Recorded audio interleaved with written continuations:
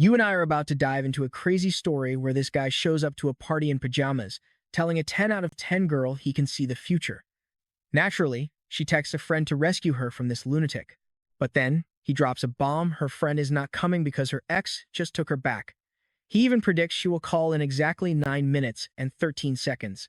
Since she texted in secret, there is absolutely no way he could know. So she just calls him a complete psycho. Suddenly, a group of tough guys crashes the party, and one of them immediately starts hitting on her, getting way too close. She tries to push him away, but against raw force, she is totally trapped. That is when our pajama guy steps in, calling out to the thug to leave her alone and face him instead. Furious at being humiliated, the blonde thug launches a sudden attack, but our main character does not even blink. This guy is ice cold. The thug decides he needs to crush him with one massive blow. In one smooth motion, Wu Chen slips the punch and sends the bully flying with a devastating counter to the jaw. Before the shocked crowd can react, a man in a black suit rolls up, declaring that anyone who touches his men is dead. But Wu just drops a line that leaves him utterly speechless, asking if his boss Zhao ever taught him manners before pulling out his phone. He calls Zhao directly, warning him that this stupid stunt could start a literal war. If he wants their May meeting to go well, he better fix this. Wu hands the phone to the chubby boss, who realizes it really is his brother calling. Just like that, the entire gang is forced to bow down and beg for mercy. Wu does not lose his cool for even a second. And now, the girl is completely, utterly hooked on him. See, earlier he explained that he has been trapped in the exact same day for 1,000 years. At first, it was pure paradise. Waking up on July 7th, 2020, spending fortunes, gambling, and breaking every rule without consequences. But when her friend actually calls, confirming she cannot make it because she got back with her boyfriend, the reality hits. The girl stares at Wu Chen in absolute, mind-blowing shock. Could this guy actually be telling the truth? She still cannot believe it, but there is one easy way to test his story. She runs up to his car just as he is pulling away. She knows that luxury ride belongs to someone else, meaning he definitely stole it. Wu Chen shrugs it off, saying tomorrow none of this matters anyway. So she boldly asks if he has room for a gorgeous girl tonight. Wu Chen is a savage. He straight up tells her that a girl caked in that much makeup is too ugly for his taste. Furious but determined, she wipes her face clean right there, revealing a total masterpiece. She is stunning even without a drop of makeup. But Wu Chen just shrugs and rates her a solid 9 out of 10. Still, he lets her in, mentioning they have a double bed. She acts cool, but we all know the outcome. They head straight to a hotel. The next morning, Wu Chen opens his eyes, fully expecting his usual time loop reset. But pay attention here, because he is about to get the absolute biggest shock of his entire 1,000-year loop. The girl is still lying right next to him. She demands answers because it is finally July 8th, meaning she thinks he lied. Just when Wu had given up all hope of escaping, the endless cycle has actually broken. She corners Wu, demanding to know what kind of weirdo hides in the bathroom and aggressively presses him for a real explanation. Standing in the shower, he realizes this is no dream. Time is finally moving forward. Free from that bizarre temporal prison, he raises his arms and yells to the heavens that he is finally, truly back in the real world. Suddenly, a glowing interface pops up, making him wonder if he just unlocked some legendary system. While his physical stats are pretty average, his mental power is completely off the charts. He starts processing what it means to control time on command. The system confirms his power, but warns that every single reset he performs on the exact same day will cost significantly more points. Once a basic student, he now holds over 1,000 max-level skills, living proof of his millennium spent in the loop. Now that the world is moving forward, he can finally unleash all these legendary powers. Watching from the shadows, the girl wonders if he has lost his mind, before slowly walking over to ask if he is okay. Wu declares this the absolute best day of his entire 1,000 years, but she tells him to drop the crazy talk. Just then, aggressive banging on the door cuts them off, alongside shouting about a stolen car. The girl cautiously creeps over and looks through the peephole. Outside, a thug is screaming to open up before he kicks it down. Panicked, she turns and blames our hero for stealing some dangerous ride. Wu Chen casually replies that he had no idea today would actually be normal. He admits he took Wang's car, making her eyes go wide as she warns him that Wang is a notorious underworld boss. Wang is a ruthless survivor who crushed everyone in his way. After his parents were targeted, he went to prison, but once he got out, he clawed his way up to rule the entire East China underworld. Because of this, she warns Wu Chen that he just provoked an absolute monster and is basically a dead man walking. Yet, he just chuckles, calling this a minor inconvenience. Wuan compares this to invoking the terrifying name of Liang, which usually ends in a massive bloodbath. Terrified, she asks what his master plan is. His response? Cold, calm, and shockingly simple. Wuan decides to just rewind the clock, commanding his system to trigger a time reset. And you and I are about to watch him jump straight back to the morning of July 8th. Time rewinds right back to the moment she is waving her phone, demanding answers. Wuan confirms the system worked perfectly. Once again, she is right in his face, demanding to know what is going on. Cutting her off, Wu Chen tells her there is zero time for explanations and that she needs to get dressed immediately. Annoyed, she calls him irresponsible, thinking he is just trying to kick her out. He calmly explains that he stole Wang Jiangyuan's ride. She panics, arguing that a regular girl like her cannot possibly get mixed up with a terrifying crime lord. She asks if he even knows her true identity, boasting that if he did, he would be begging for her elite help. Wuan steps close, teasingly asking if he should beg the same way she did last night. Furious, she shoves him away, calling him a jerk and promising to leave him to die. But he just smiles, saying he is sorry to disappoint her, but he already knows someone who can handle this. Curious, she demands to know who could possibly fix this. Wu Chen smoothly replies that it is a lady with a massive heart, just as gang cars start chasing them at high speeds. A thug points a gun out the window, shouting threats to kill them if they do not pull over. She screams that they have weapons, but Wu Chen thinks that makes it fun. She calls him insane for speeding, but he points out he is dead anyway if they catch up. The gunman gets strict orders to take down the thief and secure the boss's car. Meanwhile, a powerful woman named Li Robing answers a mysterious call. Wu Chen warns her that a rat on her own team is about to make her lose a massive bet. He keeps his identity secret but offers crucial info about her brother.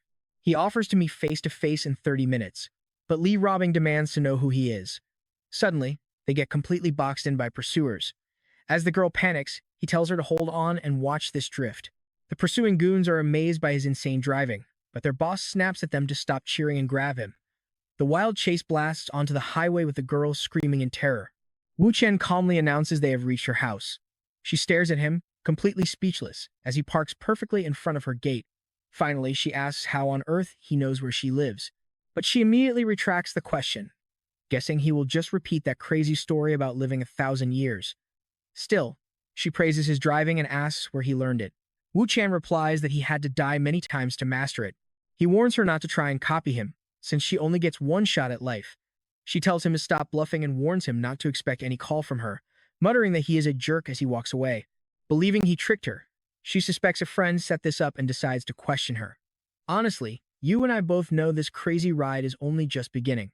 All right, you and I are diving into the wild world of Donghai City, where business mogul Li Robing rules. Her brother can destroy all of East China, and a man named Wu Chen knows her best. Inside her executive office, an assistant announces Wu Chen has arrived. Li Robing sends her employee away with a wave of her hand, then starts reading Wu Chen's files aloud, detailing his background and his sister, Wu Jiao. He smiles, impressed that she dug up all of this just from a phone number. But as she shreds the file, she dryly points out that no average guy would ever know about her secret bet. Standing up, Li Robing demands to know who he really is. Wu Chen steps closer with a smirk, offering to hand over the name of her company trader for $10 million. She scoffs at the idea of paying a stranger for unverified secrets. Pulling out a gun, she points it straight at his chest and asks if he really thinks she will just agree. She tells him to explain himself or leave in a body bag. Wu Chen is not even fazed. He raises his hand, showing her the ammo clip, and asks how she plans to shoot. Stunned, she checks the weapon and sees the empty slot. The clip was stolen right from under the desk, and she suddenly remembers him leaning over just a moment ago. Wu Chen calls himself a smart businessman, explaining that stealing the mag was just a demonstration of his skills. He urges her to trust his intelligence network, as he is only here to make money. Using a cash deal was just an excuse to bypass her guard. Taking a seat, she stares him down and dares him to show what else he has dug up on her life. He drops a truth bomb. She is the eldest lead daughter, fighting tooth and nail to prove her own worth, yet constantly overshadowed by her powerful brother. Wu Chen explains that she rejected an arranged marriage with Ding Ruilong to protect her mother. Her last 3 fake boyfriends met tragic ends, all orchestrated by Ding Ruilong to isolate her. To escape the deal, she and Ding Ruilong made a secret bet on who could build a larger business empire within 5 years. But watch closely, because there is a spy hiding right beside her, waiting to ruin everything. When Wu Chen offers to stop talking, Li Robing stands up, absolutely desperate to know the traitor's name. Wu Chen smoothly promises to reveal the identity. Right then, her senior assistant, Feng Yan, walks in and politely asks her to sign some business documents. Boom. Wu Chen pins the guy and slams his head onto the table. He demands to know about the $5 million sent to Switzerland, but the assistant cries out in denial. Wu Chen keeps the pressure on, asking if he wants to play tough.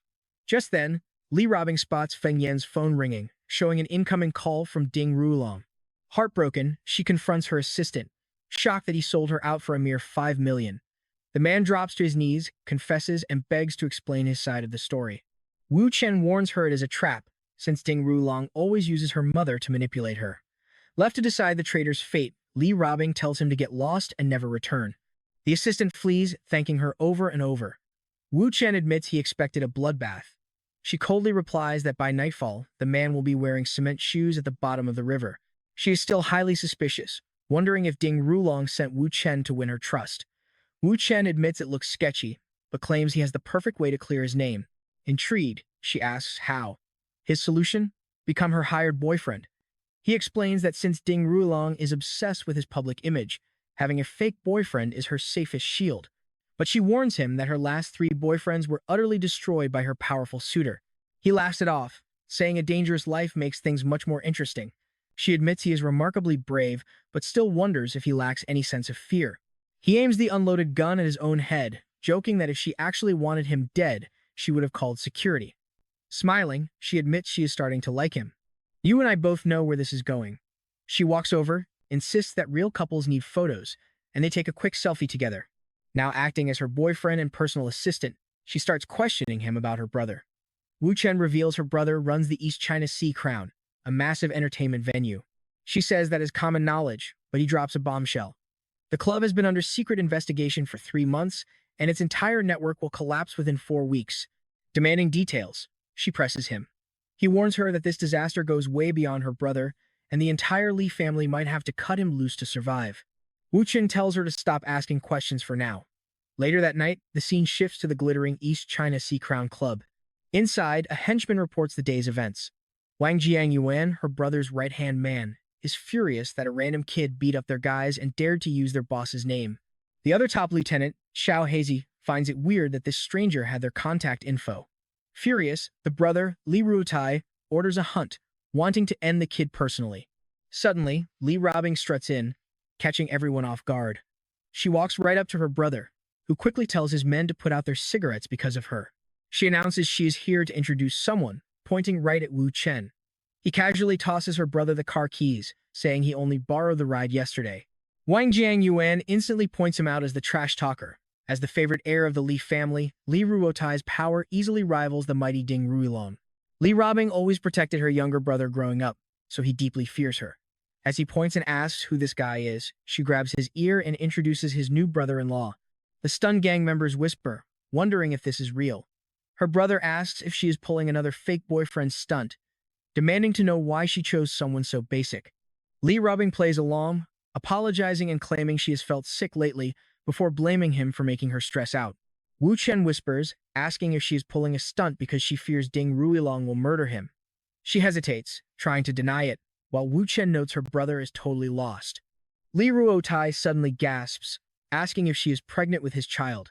He inspects Wu Chen, noting that while the guy is decent looking, he is definitely no male model. Besides, why is his sister, who usually prefers mature men, dating a kid barely in his 20s? He immediately suspects that Wu Chen is just a con artist using her. Determined to save his sister, Li Ruotai demands to know how they first met. Wu Chen smoothly lies, claiming they met 3 months ago during a campus internship drive. Li Robing is utterly shocked. How could he possibly know that? The story is actually completely true. Her brother scoffs at her, trusting a guy she has only known for 90 days. He then accuses Wu Chen of flirting with another woman at the Lotus Bar yesterday. Wu Chen corrects him, identifying her as Mu Jiangqian, daughter of the powerful Mu Biomedical Group. He tells Li Ruotai he should be thanking him for keeping rival thugs away from her. The Mu Group is a massive powerhouse compared to their small-time operation. And that is where we leave it today, with everyone realizing that picking this fight would cost them absolutely everything. Alright, you and I are about to watch Liu Tai finally swallow his pride and call our main character brother. Li Ruobing is shocked to see her brother subdued by Wu Chen. But she quickly drops a bombshell. Higher-ups are planning to shut down their beloved Crown Club. Her brother immediately loses his mind, shouting that it is absolutely impossible. He claims he handled everything himself, but Wu Chen warns him about his sloppy moves. Blackmailing people with videos was a massive mistake, and that shady business with Jiu should have been shut down a long time ago. His sister confronts him for still working with secret contact Z. But before he can even explain, Wu Chen drops another reality check. Z already betrayed him and pinned the entire blame on his head. Liu Tai is stunned, demanding to know how Wu Chen uncovered secrets even his sister did not know. But our main character just coldly tells him he does not need to explain anything. He is only helping to keep Ruobing happy. Furious, Liu Tai points an angry finger and threatens that Wu Chen will not leave this room alive unless he starts giving some real answers. Ruobing begs him to calm down and let Wu Chen speak, but her stubborn brother refuses to believe these apparent lies. That is when Wu Chen reveals that 4 months ago, investigator Liao Bo took over the club's criminal case. Undercover cops posing as wealthy customers have already gathered a massive mountain of evidence against them. To prove it, Wu Chen calmly slides over a list containing the names of those secret agents. Panicked, Liu Tai orders his men to gear up and grab their weapons. He barks orders at his subordinate to take their heavy hitters and immediately investigate every single name on that list. He warns his man that if this intel is wrong, his head is on the chopping block. Sitting coolly on the couch, Wu Chen simply asks how much cash he is willing to spend. Now pay attention to this reaction. Liu Tai inspects a hidden camera, smashes it furiously onto the table, and screams to capture every target on the list. But Wu Chen warns him, if even one undercover cop slips away, the police will raid the place using solid casino evidence. Slamming his fist in rage, Liu Tai asks what to do. Offered a choice between prison or a clean escape, he desperately begs for a real solution. Wu Chen calmly advises him to hold his men back and avoid acting rashly. Helpless, Liu Tai turns to him, asking for his next move. The young master simply tells him to apologize. Wu Chen promises to handle everything. Liu Tai realizes he needs to show this guy some serious respect. Ruobing also steps in, reminding Wu Chen that they are basically family now. But Wu Chen points out that her brother clearly does not see him that way. Liu Tai quickly forced a laugh, desperately insisting that of course he views him as a brother. He apologizes, claiming he was only worried about his sister getting played. Wu Chen looks at him skeptically, but for Ruobing's sake, he decides to throw the guy a lifeline. First, he suggests silencing Xiaohu permanently because he knows way too much. Since Xiaohu frequently visits Village 17 to do drugs with his mistress, staging a fake overdose would look completely natural to the public. Liu Fei thinks this brutal plan is pure genius. Second, all the incriminating evidence is currently with investigator Liao Bo, so they just need to steal and destroy it. Liu Tai eagerly agrees, claiming he will go capture him. Wu Chen calls him an idiot, explaining that Liao Bo is far too high profile to kidnap. Instead, he drops the exact location and passcode of a hidden safe, explaining they just need to sneak in and burn the evidence. Liu Tai is absolutely floored by how much Wu Chen knows, especially when he hears the secret safe code.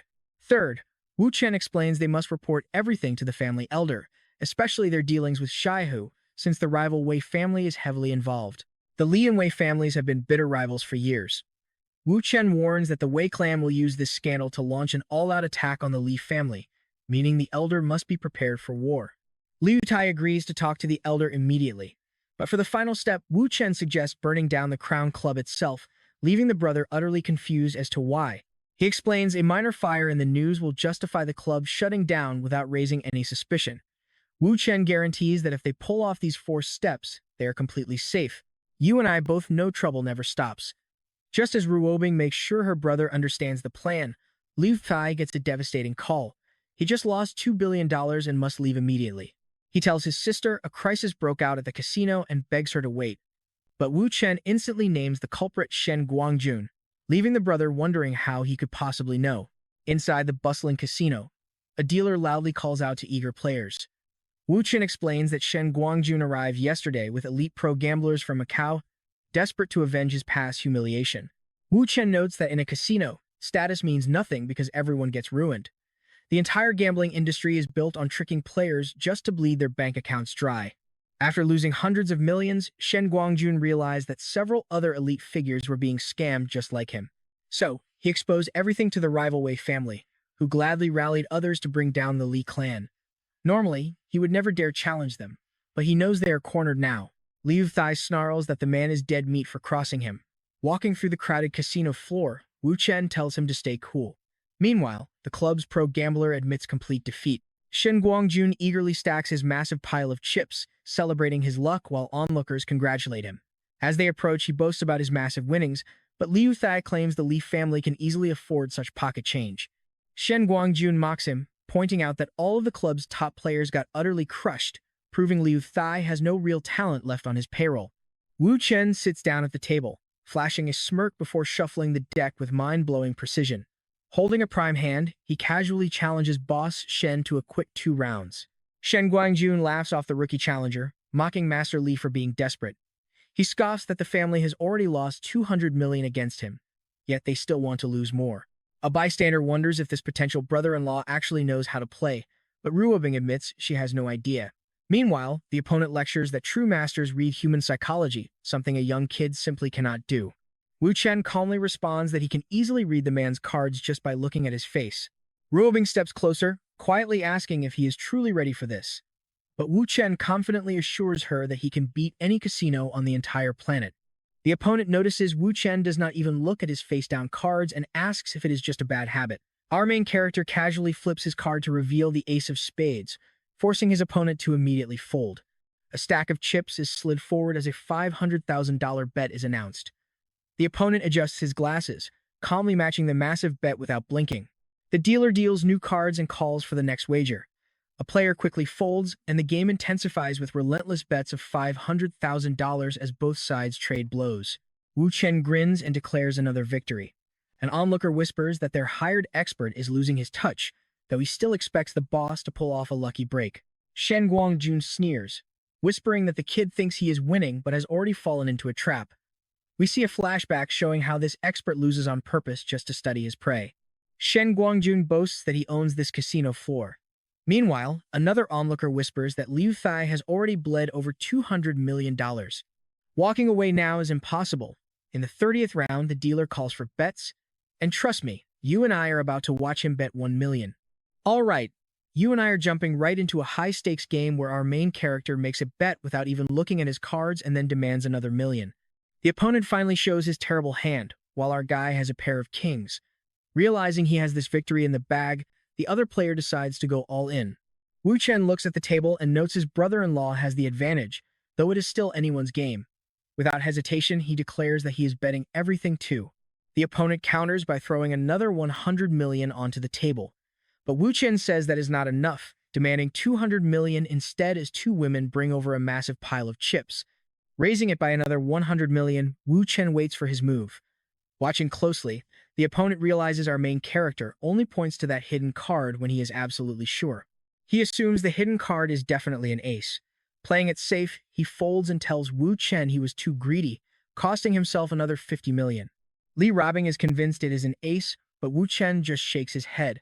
Slowly, he flips it over to reveal a mere 2 of hearts. Furious at being played, the opponent accuses him of bluffing. Wu Chen just laughs, telling him he lacked the courage to play, and noting he just learned another one of his habits. With a 9 of diamonds showing on the board, the player calculates his odds. Unless that hidden card is the 9 of spades, he cannot lose. Shen Guangjun agrees that playing completely blind was the real key. Sure of his victory, the opponent declares that his trap is finally closed. Here is the part you and I need to watch closely as they agree to one final, massive hand for 200 million. Li Robing thinks it is too risky, but Wu Chen does not care. Shen Guangjun notices his player's absolute confidence. Smiling, the opponent slides his mountain of chips to the center and locks in the massive bet. He smugly tells Wu Chen that the secret to winning is never losing your head. After all, if you cannot control your own mind, you will never get very far. He flips his card, a 9 of diamonds, and proudly declares that the 200 million already belongs to him.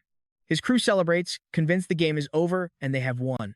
Seizing the moment, Shen Guangjun mocks Mr. Li, asking if losing such a tiny amount even hurts. But Wu Chen remains calm, simply telling Li Robing to flip his card. And to everyone's absolute shock, there it is, the 9 of spades.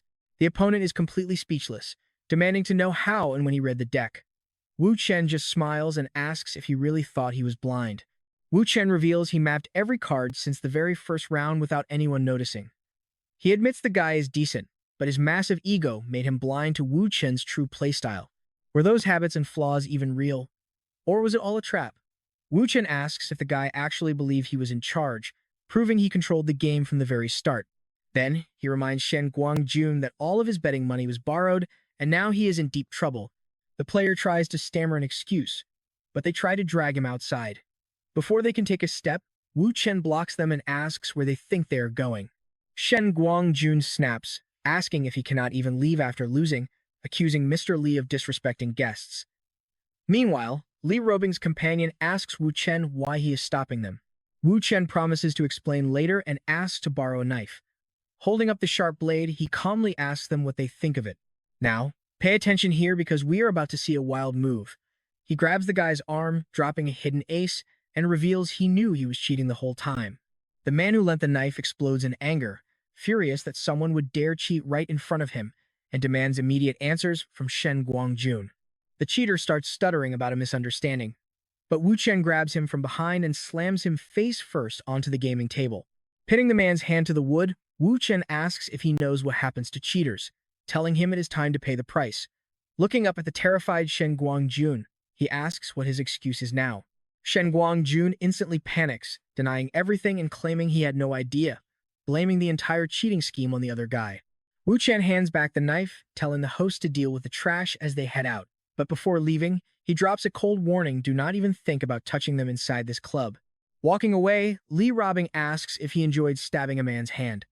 When he says no, she is genuinely surprised by his answer. He turns to her, asking how she would feel about losing her own hand. Later in the car, she admits she never expected him to be such an expert gambler. Wu Chen thanks her, reminding her to pay his bills, which makes her roll her eyes. But as she sighs, he leans back, calmly pointing out that a car is tailing them. Meanwhile, the driver of the car behind warns his boss they have company. Hearing this, Li Robing snaps, telling her driver to shake them off immediately. She mutters that that creep, Ding Rulam, must be tracking her again. But Wu Chen disagrees, telling her it is not him, and that she is not even their target. He gently covers her hand, telling her not to worry because he has got this covered. Relaxing a bit, she smiles and says he must be starving by now.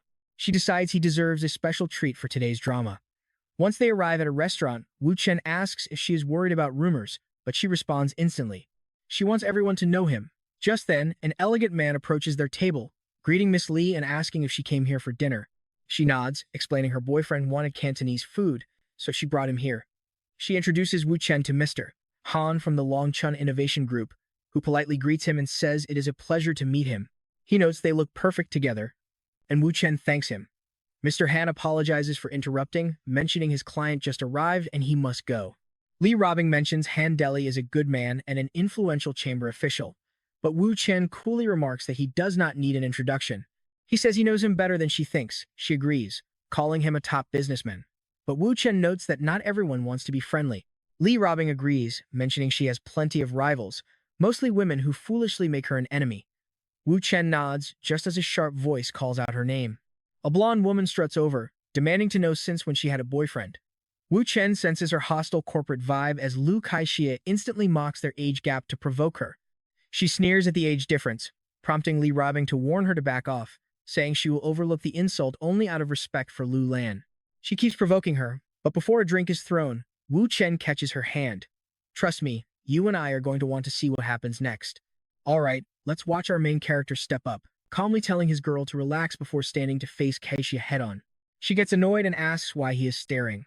Wu Chen just smiles, saying she looks familiar, before dropping a bombshell asking if she used to work at a nightclub. Kaixia loses it, accusing him of slander and demanding to know if he knows who she is.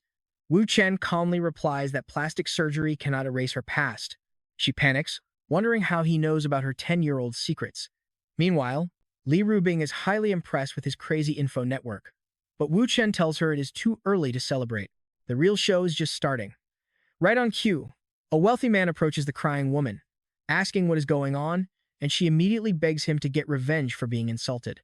He holds her, promising to handle everything. The husband then glares at Li Rubing, demanding to know who this guy is, and she proudly introduces her boyfriend, Wu Chen. The husband snaps, declaring that insulting his wife is a direct threat to his power, but Wu Chen just chuckles, stating someone else is going to settle this for him.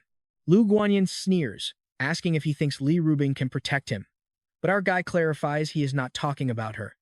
Instead, he drops a terrifying name, Manhwa. The husband completely freezes in pure shock, demanding to know how he knows that name. Wu Chen pulls him aside to a quiet corner, offering to tell him two quick stories. The first story is about a girl named Liu Lewen, who 10 years ago worked a shady nightclub gig for fast cash and met a wealthy client. This client worked in demolitions, and after an injury, a doctor told him he could never have children.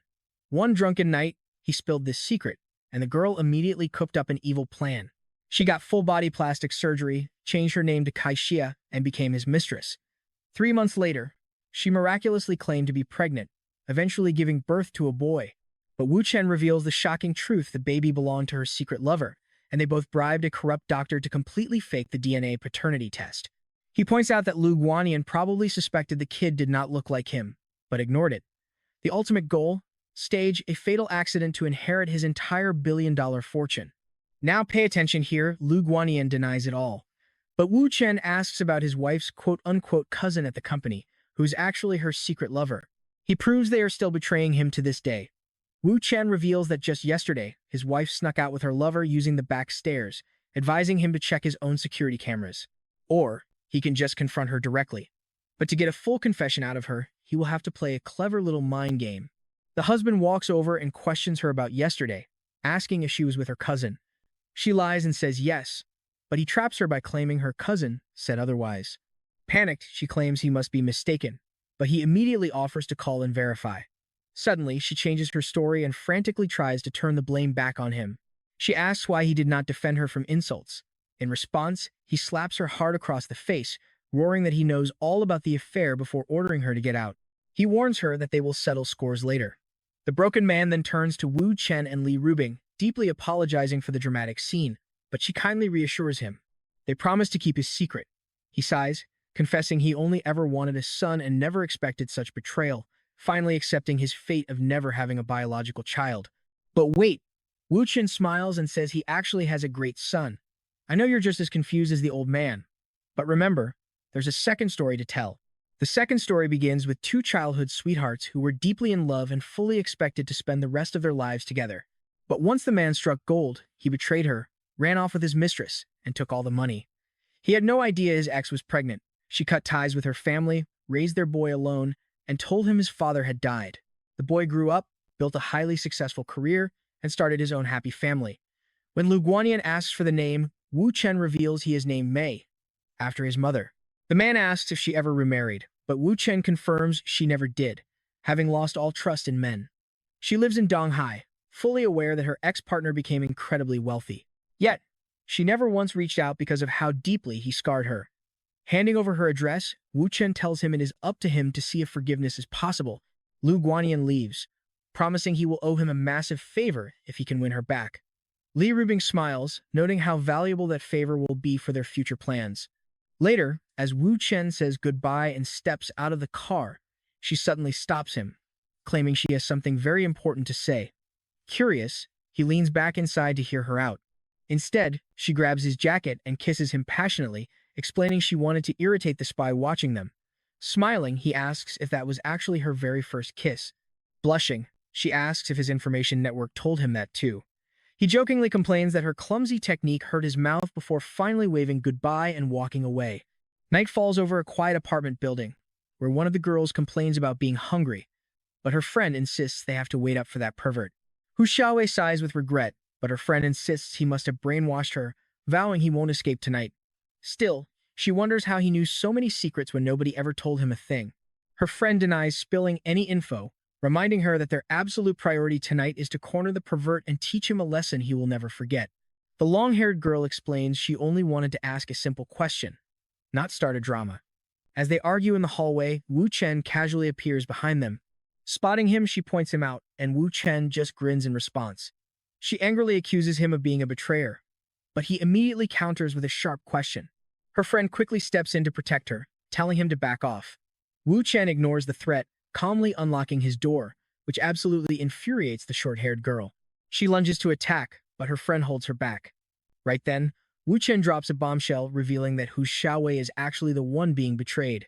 He explains that 4 days ago, her boyfriend met up with his mistress, only visiting her when he ran out of cash. Shook, she demands to know if it's true, so he dares her call him. Furious, she dials his number to prove him wrong, trusting her own judgment. But when she asks where he is, Her boyfriend nervously stammers and lies about leaving some money at home. Realizing she has been fooled, she storms off to hunt him down. Her friend tries to run after her, but Wu Chen suddenly catches her in his arms instead. Hu Xiaowei blushes and asks why he is carrying her. He smoothly replies that princesses should not get tired, though she insists she can walk on her own. Ignoring her protests, he carries her right inside as she keeps demanding to be let go. The next morning, Wu Chen sits on the bed, tying his shoes, asking why she is still under the covers. She groans, complaining he completely ruined her beauty sleep. He leaves his number, telling her to call next time. But with the masked man watching him drive away, trust me, you and I won't want to miss what comes next. All right, you and I are jumping into a wild story. Wu Chen makes a quick call, heading straight to the training grounds to sharpen his skills after angering a dangerous enemy. Suddenly, he stops. The guest is here. Wang Zhang Yuan used to be a mere puppet, but with Li Tai's backing, he grabbed real power and expanded his reach. In just years, he rose to become the youngest of the four bosses controlling 90% of the entertainment world. He approaches Wu Chen, claiming he only sent tails to protect him. But Wu Chen warns him that Li Tai has no idea he is being followed along with robbing. Plus, Li Tai is famously, insanely protective of his sister. Wu Chen relaxes and tells him that if he wanted to leak secrets, he wouldn't have called this meeting. Suspicious. Wang Yuan asks him, "What is it you actually want?" Wu Chen smiles and says he just wants to be friends, since even powerful bosses need a helping hand sometimes. Wang Yuan agrees, telling him to never hesitate to ask for backup. Having Wu Chen's support makes everything so much easier. He has endless intel, but lacks serious physical backup. Just then, an urgent call disrupts them, and he promises he is already on his way. Before heading off, Wang Yuan gives him his car and some fresh clothes as an apology for the trouble. Wu Chen gladly accepts the sleek ride without a single second thought. Cut to a hectic office where one woman is stressing over fully booked slots, while another tries desperately to reschedule. Now pay attention here, guys, because the plot is about to thicken. Lai Rubing hangs up in a panic. Their brand new spokesperson just got into a brutal car accident, right after discovering Ding Ruong's shady schemes. Wu Chen walks in, asking what went wrong. Wu Chen frowns, knowing this is no coincidence. A furious Lai Rubing agrees, grumbling that Ding Ruong broke their bet by using his massive family influence. Seeing her struggle, he offers to help secure a new spokesperson. She sighs, asking if he already has someone in mind since they are out of time. He flashes his phone, displaying a stunning movie star, and asks if she fits the bill. Li Rubing scoffs, saying a global superstar like Tao Yang would never even talk to them, let alone represent their product. She appreciates that he wants to help, but warns him not to bluff. Since she is totally skeptical, Wu Chen smirks and challenges her to a bet. He bets he can get the gorgeous Tao Yang into this very office tomorrow morning to sign. She is a top-tier international icon, famous worldwide after her blockbuster hit, The Sword in Autumn Water. Ever since, she has been one of China's highest-paid actresses. Li Rubing highly doubts he can pull this off, especially since the star is currently filming overseas. With her disbelief peaking, Wu Chen pushes the bet. Annoyed, she asks what it will take to get him out of her hair. He promises to bring the actress tomorrow, wagering $20 million if he fails. But if he wins, she has to fork over $20 million as a sponsorship fee. He slyly adds that she cannot get jealous of him either, making her question why, since they are only fake dating. Li Rubing snaps that he can date whoever he wants, as she has zero interest in meddling. Smirking, Wu Chen asks her to transfer the $20 million immediately to fund his grand plan. Walking away, he dials a number to call in a heavy favor. Witnessing his confidence, Li Rubing officially agrees to the deal. In another secure office, a subordinate reports to the boss that the coast is clear and the boys are ready. Wang Yuan introduces the gaming prodigy brothers, curious about Wu Chen's next move. Wu Chen commands them to boot up their rigs and load into the classic issue Xiang Long edition of Legendary City Lord. He orders them to register in Server 3, which just launched yesterday at 5 o'clock, using the prefix King of Hegemony. Once logged in, they must gather in the starting zone while he loads up massive cash to fund their new guild. 4 hours later, their team is hammering a massive boss. With its health bar nearly empty, one player leaps into the air to strike the ultimate, final blow. You and I both know how satisfying a fast clear is. The boss collapses, and the global announcement reveals that the King of Hegemony Guild has officially conquered the server's very first dungeon. Snatching a rare ring, a red-haired player demands they hand over some loot. Wang Yuan explains that the King of Hegemony Guild absolutely crushed the previous top dog, the Dragon Slayers, blowing over 8 million on gear and levels. The entire server has been cleared of casuals, leaving only the two powerhouse factions active. Seeing the board set, Wu Chen grins and declares it is time for Phase 2. A server-wide message from leader Tatsu alerts the King of Hegemony players that the final city siege has begun. They must gear up to face the rival Dragon Slayers in an all-out war. The chaotic clash quickly consumes the central plaza. The commander yells for every single member to mobilize and crush the opposing Dragon Slayers. A spectator approaches, dumbfounded by the insane cash spent, assuming he is just a die-hard fan. The rival guild leader notes that with equal power on both sides, the winner is anyone's guess. Wu Chen calmly replies that the victor will be decided in a matter of seconds. Smirking, the enemy leader asks what trick he has up his sleeve. To everyone's absolute shock, Wu Chen boldly claims he has already won. He turns to his guild, giving a bizarre command for everyone to strip off all their legendary gear and log out of the game. One by one, their avatars vanish into thin air. The rival leader is completely baffled, desperately shouting for Wu Chen to stay because their grand battle is not over yet. Wu Chen approaches, admitting it is tough fighting such a fierce opponent. The rival fires back, reminding him he spent 10 million, warning that leaving now means wasting everything without claiming the crown. Wu Chen calmly explains that his wife's business is struggling, so he has to go save her. The rival bursts out laughing, arrogantly offering to help. He boasts about knowing plenty of beautiful actresses, bragging that he could easily land the legendary Tao Yang with just a single phone call. Wu Chen secretly smiles, knowing his target took the bait. He announces a business trip to East China, ending his gaming days, which shocks the rival who realizes they are from the same region. The rival desperately tries to stop him, but Wu Chen's character vanishes. Offline, he sends a text explaining his wife is in a rush, adding he knows his foe's predictable ego will play right into his hands. He thanks his gaming crew for their hard work before sending a final message, scheduling a face-to-face meet at the Qing Yuan building. Arriving at the massive skyscraper, a guard recognizes the boss inside as Lele Chong, the wealthy second son of Hong Fa Industries. Wu Chen steps into the office, introducing himself with absolute confidence. Lele Chong demands to know if he realizes who he is talking to. Wu Chen smoothly responds that his grand reputation precedes him, prompting the heir to ask about Wu Chen's family background. Wu Chen chuckles, asking why he is so paranoid, questioning if he fears his own brother's wrath. The Hong Fa clan is a top 10 powerhouse, and the eldest brother treats anyone contacting Lele Chong as a traitor. Still, the heir demands to know which elite family Wu Chen represents. Calmly, the young man tells him to relax, explaining he belongs to no family, and their meeting is just pure fate. Without a straight answer, Lele Chong resolves to investigate if this mysterious visitor was sent by his hostile brother, though he currently views him as nothing more than a simple messenger. He shifts to his wife. And that is where we leave it, with him asking why a gaming legend struggles to find a basic spokesperson. Alright, you and I are diving into a wild story, where Wu Chen tells Lecheng his spokesperson was run over, while Lecheng thinks he is just causing trouble to vent. Lecheng promises to help find a new spokesperson, asking for the company name, which Wu Chen reveals is a cosmetics brand called Symphony Fashion.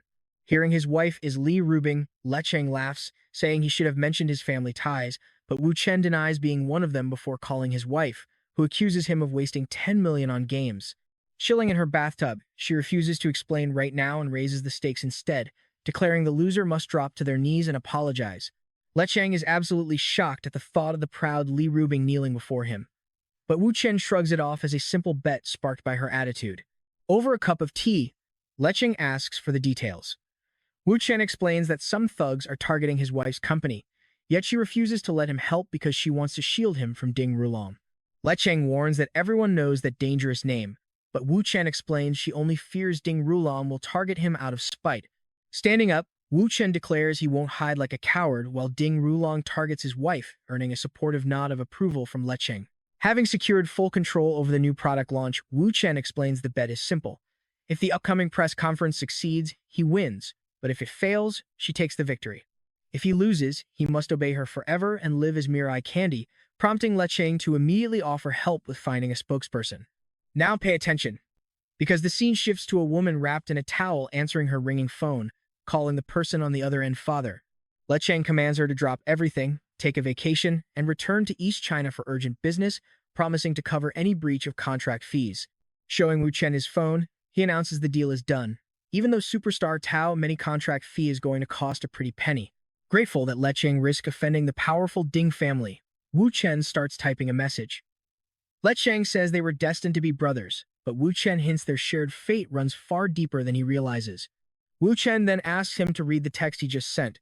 It is in order to track a specific number to uncover the truth of a car crash from 10 years ago, before Xiang Shengjun flees the country.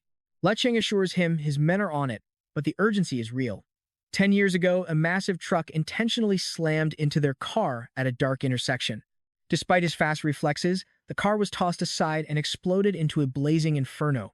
He barely survived, but his wife died right before his eyes. While recovering in the intensive care unit for 3 months, his agent uncovered a lead. The hit-and-run driver, Xiang Shengjun, worked for his brother, Lei Yu, but vanished along with all proof. For 10 long years, he played the part of a lazy, rich playboy, waiting to corner Xiang Shengjun. Now, his security chief confirms they have located the target, bringing a dark smile to his face. Grateful for the crucial lead, Lecheng says he owes Wu Chen big time. In just 48 hours of this new life, Wu Chen has already secured 2 powerful allies. But let us pause for a second, because before anything else, he still needs to secure his 20 million and that kneeling apology from his wife. After sending a quick text, he decides to head home, pulling up to a halt as the traffic light ahead turns red. Suddenly, he notices a fleet of luxury rides and recognizes a very familiar face. Sitting in the car right next to him is Su Qingying, the most breathtaking woman from his past life.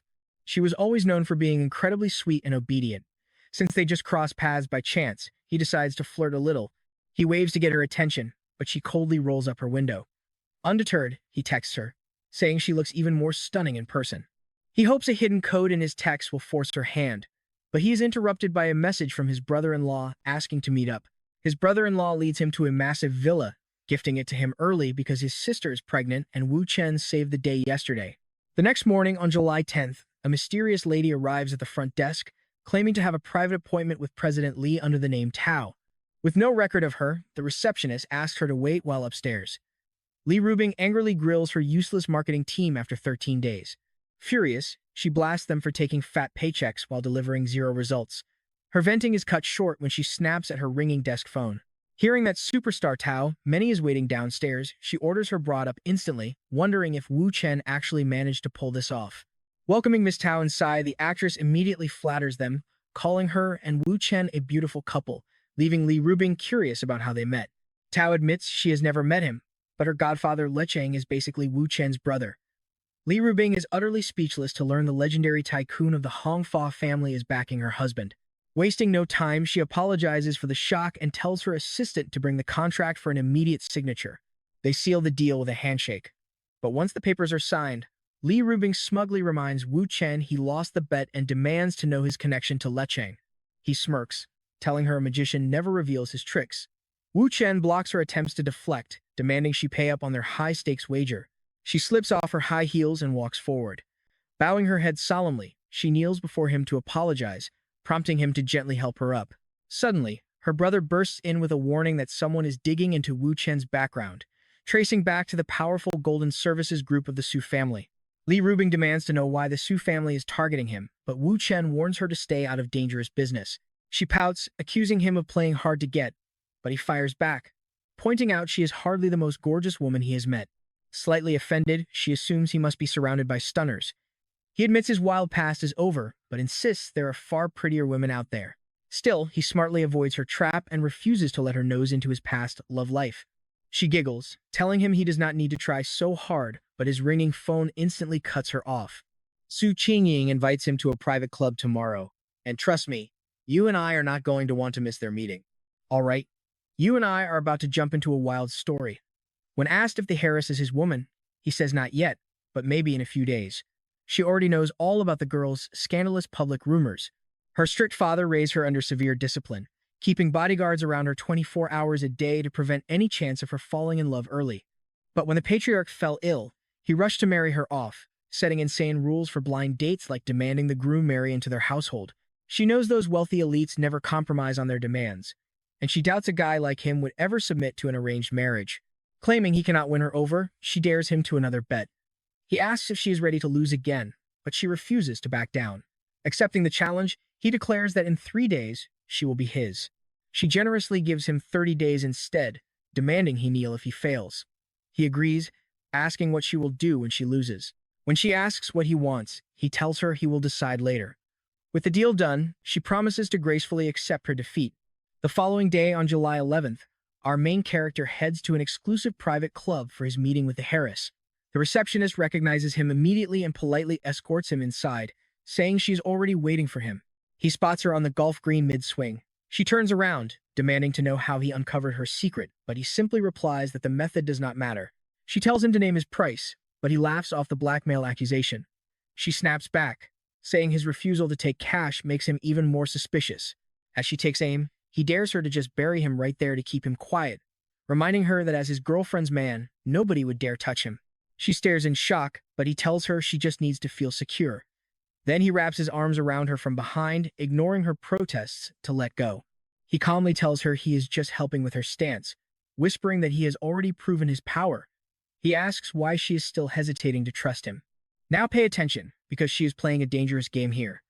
If her obsessive rival saw them holding each other like this, she would tear him apart, but she realizes that if she stops resisting, she actually gains all the control. Nearby, her bodyguards are completely baffled, unsure if she is resisting or accepting his close touch. He asks if she is worried he will call his girl, but she fires back, saying they both hold leverage. She wonders if he is letting her win on purpose. He tells her to stop getting distracted and focus on her posture like a good student. Surprised by his bossy tone, she actually corrects her stance. Realizing things are getting out of hand, the guards call the matriarch to report the emergency, while he continues guiding her arms to keep them perfectly straight. Gently adjusting her hips, they finally take the shot. After she asks if she hit it, he praises her skill but sadly notes this is their very last lesson, leaving her confused. He casually predicts that her angry mother has already dispatched a squad to hunt him down. Hearing about the sudden intimacy, the mother furious orders her men to lock down the area and prevent his escape as she rushes to the scene. Worried about her mother's arrival, she asks what now, but he simply grins and suggests they make a run for it. He asks if she wants to live caged forever. Telling her to stop thinking, he grabs her hand and starts sprinting.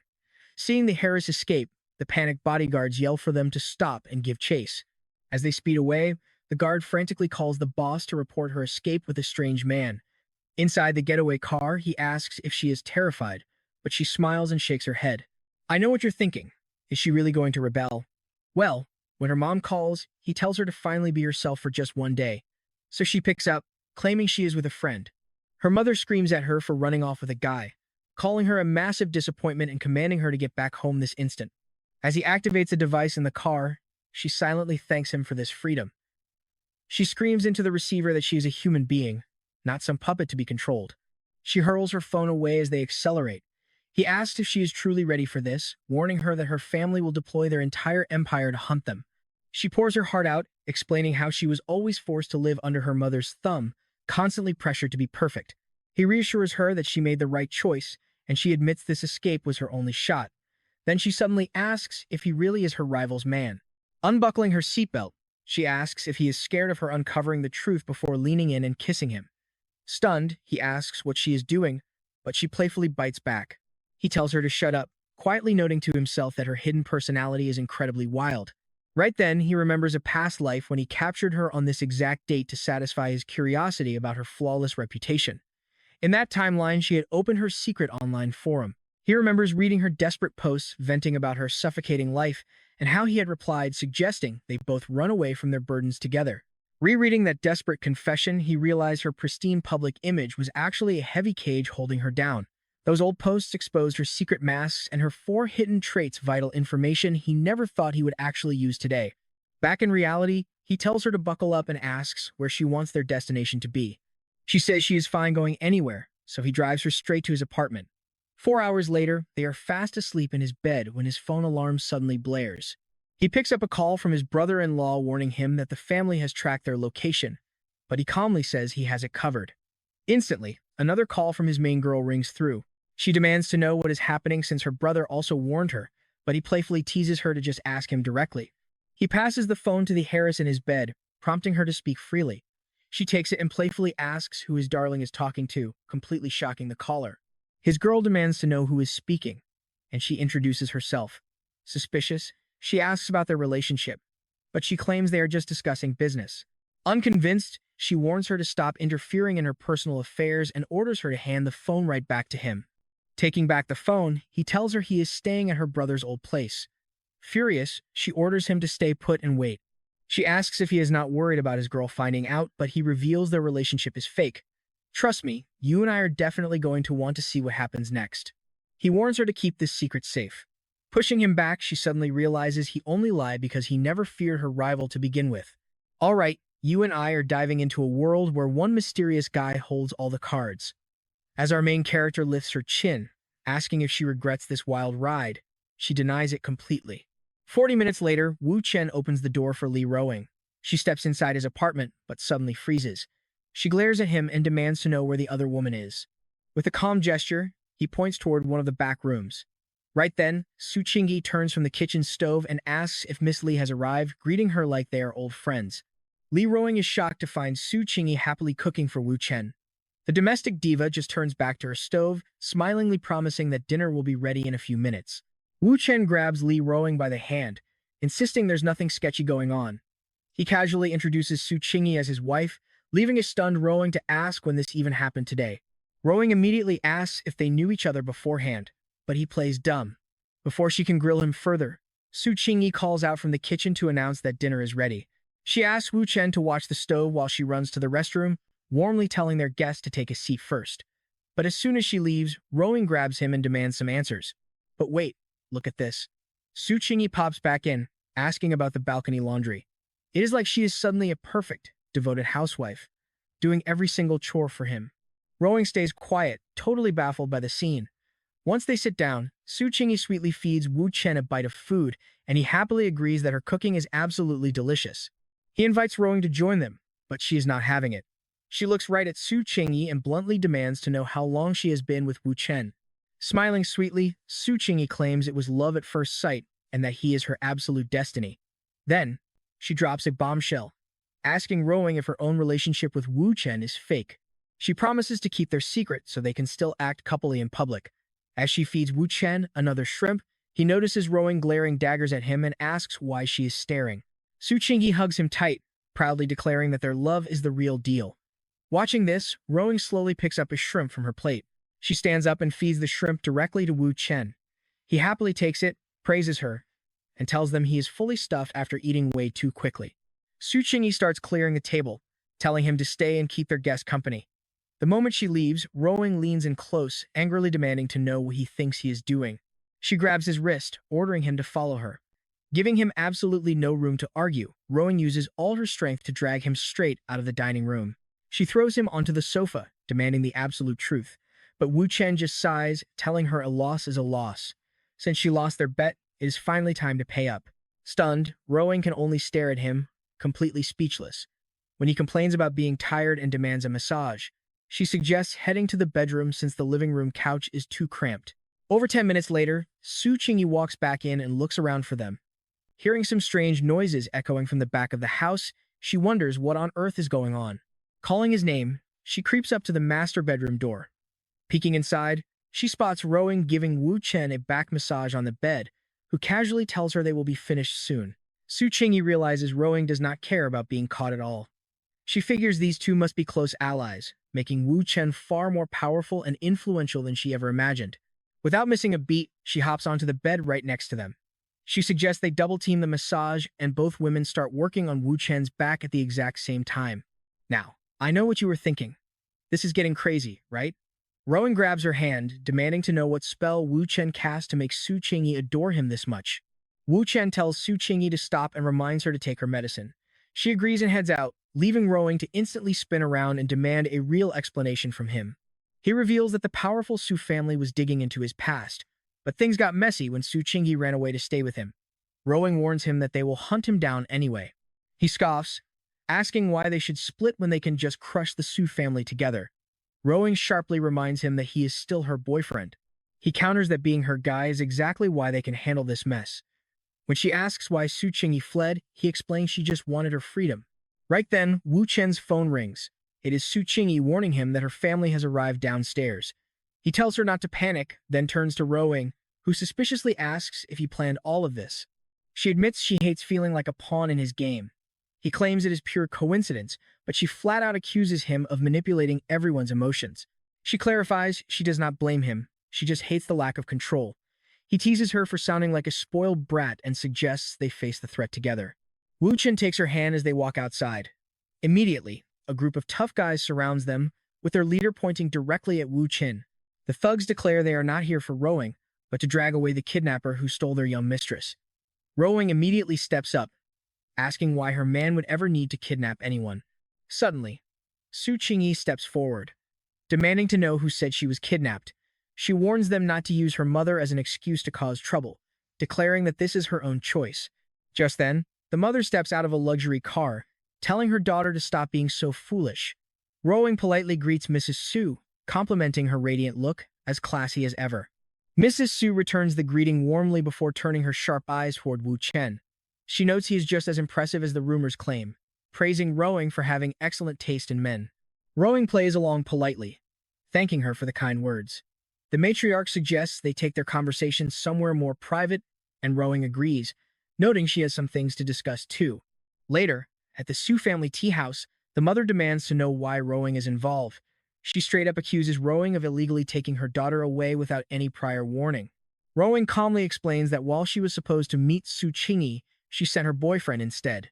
Still, the suspicious mother demands to know why she heard that Wu Chen kidnapped her. Rowing counters that at 27 years old, Su Qingyi cannot be easily forced anywhere. She suggests that the mother should be far more curious about the actual reason behind their secret meeting. Rowing reveals that Su Qingyi has been living like a helpless puppet, unable to make her own choices. Because of this, she envied Rowing and wanted to become a strong woman too. Mrs. Su demands clarification on those harsh words. Rowing explains that Su Qingyi reached out for help, pulling out her own medication to prove she had to buy it entirely by herself. The mother scoffs, asking why buying her own medicine is such a big deal. Rowing clarifies that at 27, she was thrilled just to buy simple medication alone for the first time. Wu Chen silently admires Rowing's flawless logic. Rowing then stands up, declaring that Su Qingyi was pushed to her absolute limit and buying her own medicine was her way of fighting back. She questions what will happen next time when there is no one around to rescue her. Coldly, Mrs. Su asks if she is supposed to thank her. Rowing says no thanks are needed for a friend. And that is where you and I watch Wu Chen finally step in. All right, you and I are stepping right into some wild drama. He stands up, complaining that he and Robin are totally exhausted from working all day. A shocked Robin asks what he is doing, reminding him that Qingying is her friend. Ignoring her, he keeps pushing, arguing she helped Miss Su out of pure concern but got zero thanks in return. Robin puts a hand on his shoulder, begging him to calm down. Stepping closer, she whispers for him not to fight because Qingying is her friend. Hearing this, Mrs. Su says she fully understands Miss Li's good intentions. Turning to her daughter, she declares that from now on, she can make her own choices, adding that Qingying is incredibly lucky to have a friend like Robin. Robin smiles, replying that Qingying is an amazing person everyone loves. Noticing it is getting late, the mother says goodbye, telling her daughter not to stress so much. She lets Qingying stay with Robin tonight, as long as she shows up at the company first thing tomorrow morning. All three let out a massive sigh of relief, and Wu Chen announces Phase 1 is officially done. Peering out the window, Robin confirms her mother left and did not leave anyone behind to spy on them. Qingying throws her arms around Wu Chen, asking if he was actually mad, but he just laughs and says it was all a show. Grabbing his phone, he says it is time to handle some real business, wondering who he should call first. Robin tries to grab the device, begging him to stop messing around. She insists everything is settled, but he holds her close, asking when he ever promised not to cause trouble. Turning to Qingying, he asks if she really wants to keep meeting in secret forever. Now, pay attention here because things are about to get wild. She steps up, calling his name, leaving Robin speechless. Wu Chen tells her to listen closely as he makes a call, laying out a plan to make her the head of the Su family and CEO of Jin Fu. He looks at Qingying, waiting for her final decision. Raising her head, she looks him in the eyes and agrees to the proposal. Smirking at her answer, he dials the number. Putting the phone to his ear, he coldly announces that they are starting right this second. Su Jingying stares at Robin and Wu Chen sitting side by side, feeling a sudden pang of jealousy at how close they look. Clenching her fist, she determines to join them. But Wu Chen notices and casually puts the call on speaker. He cryptically asks the man on the line about nightmares and stolen cash. The guy on the other end panics, totally confused about who is calling him. Hanging up, Qingying asks if he can really take over the Su family with just a few vague words. He turns, explaining the strategy is to trigger internal chaos, forcing them to run right into his hands. Robin warns him to reconsider, But Wu Chen baits her with another bet, and she eventually agrees to tag along. An hour later, he tells the ladies to relax and drink some tea while he heads inside first. Stepping inside, a man welcomes him, noting how incredibly punctual he is, before standing up to carefully lock the door behind them. Yao Honglin turns to Wu Chen, demanding to know if he was the anonymous caller. He nods, and the director immediately grills him about Biang's whereabouts and what he actually wants. Yao Honglin tries to threaten him but quickly pivots to offering a massive bribe for the info. Unshaken, Wu Chen says they can talk cash later, calling the director surprisingly bold. The director warns him to watch his mouth, but Wu Chen casually asks about the dirty money buried on the hill, mentioning how modern technology makes solving cold cases a breeze. Cornered, the director calls it blackmail and offers 155 million for his absolute silence, muttering about the boss's illegal deals and a mistress who helped falsify the accounts. Yao Hong raises the offer to 3 billion split into 3 payments, snapping that he will not give a single penny more. And yeah, you and I both know what's coming next. Right then, Qingying and Robin burst in, calling out for Yao. He turns, horrified to find the young Harris standing right there, wondering if they heard every word. Qingying demands to know if he actually committed murder and arson. As the director stutters out a weak excuse, Wu Chen calmly pours some tea, asking her not to bring up the past just yet. He looks at Yao Honglin and demands his complete loyalty to Miss Su during all future board meetings. The stunned director asks if that is really all he wants, and Wu Chen nods. Breathing a sigh of relief, Yao Hong tells Miss Su they did not need to involve outsiders for such small things. Gulping down his tea, he realizes she is now the undisputed heir of the Su family. Yao Honglin swears to Wu Chen that he will treat Miss Su's business as his own and follow her lead from now on. Wu Chen tells him a promise is a promise and allows him to leave.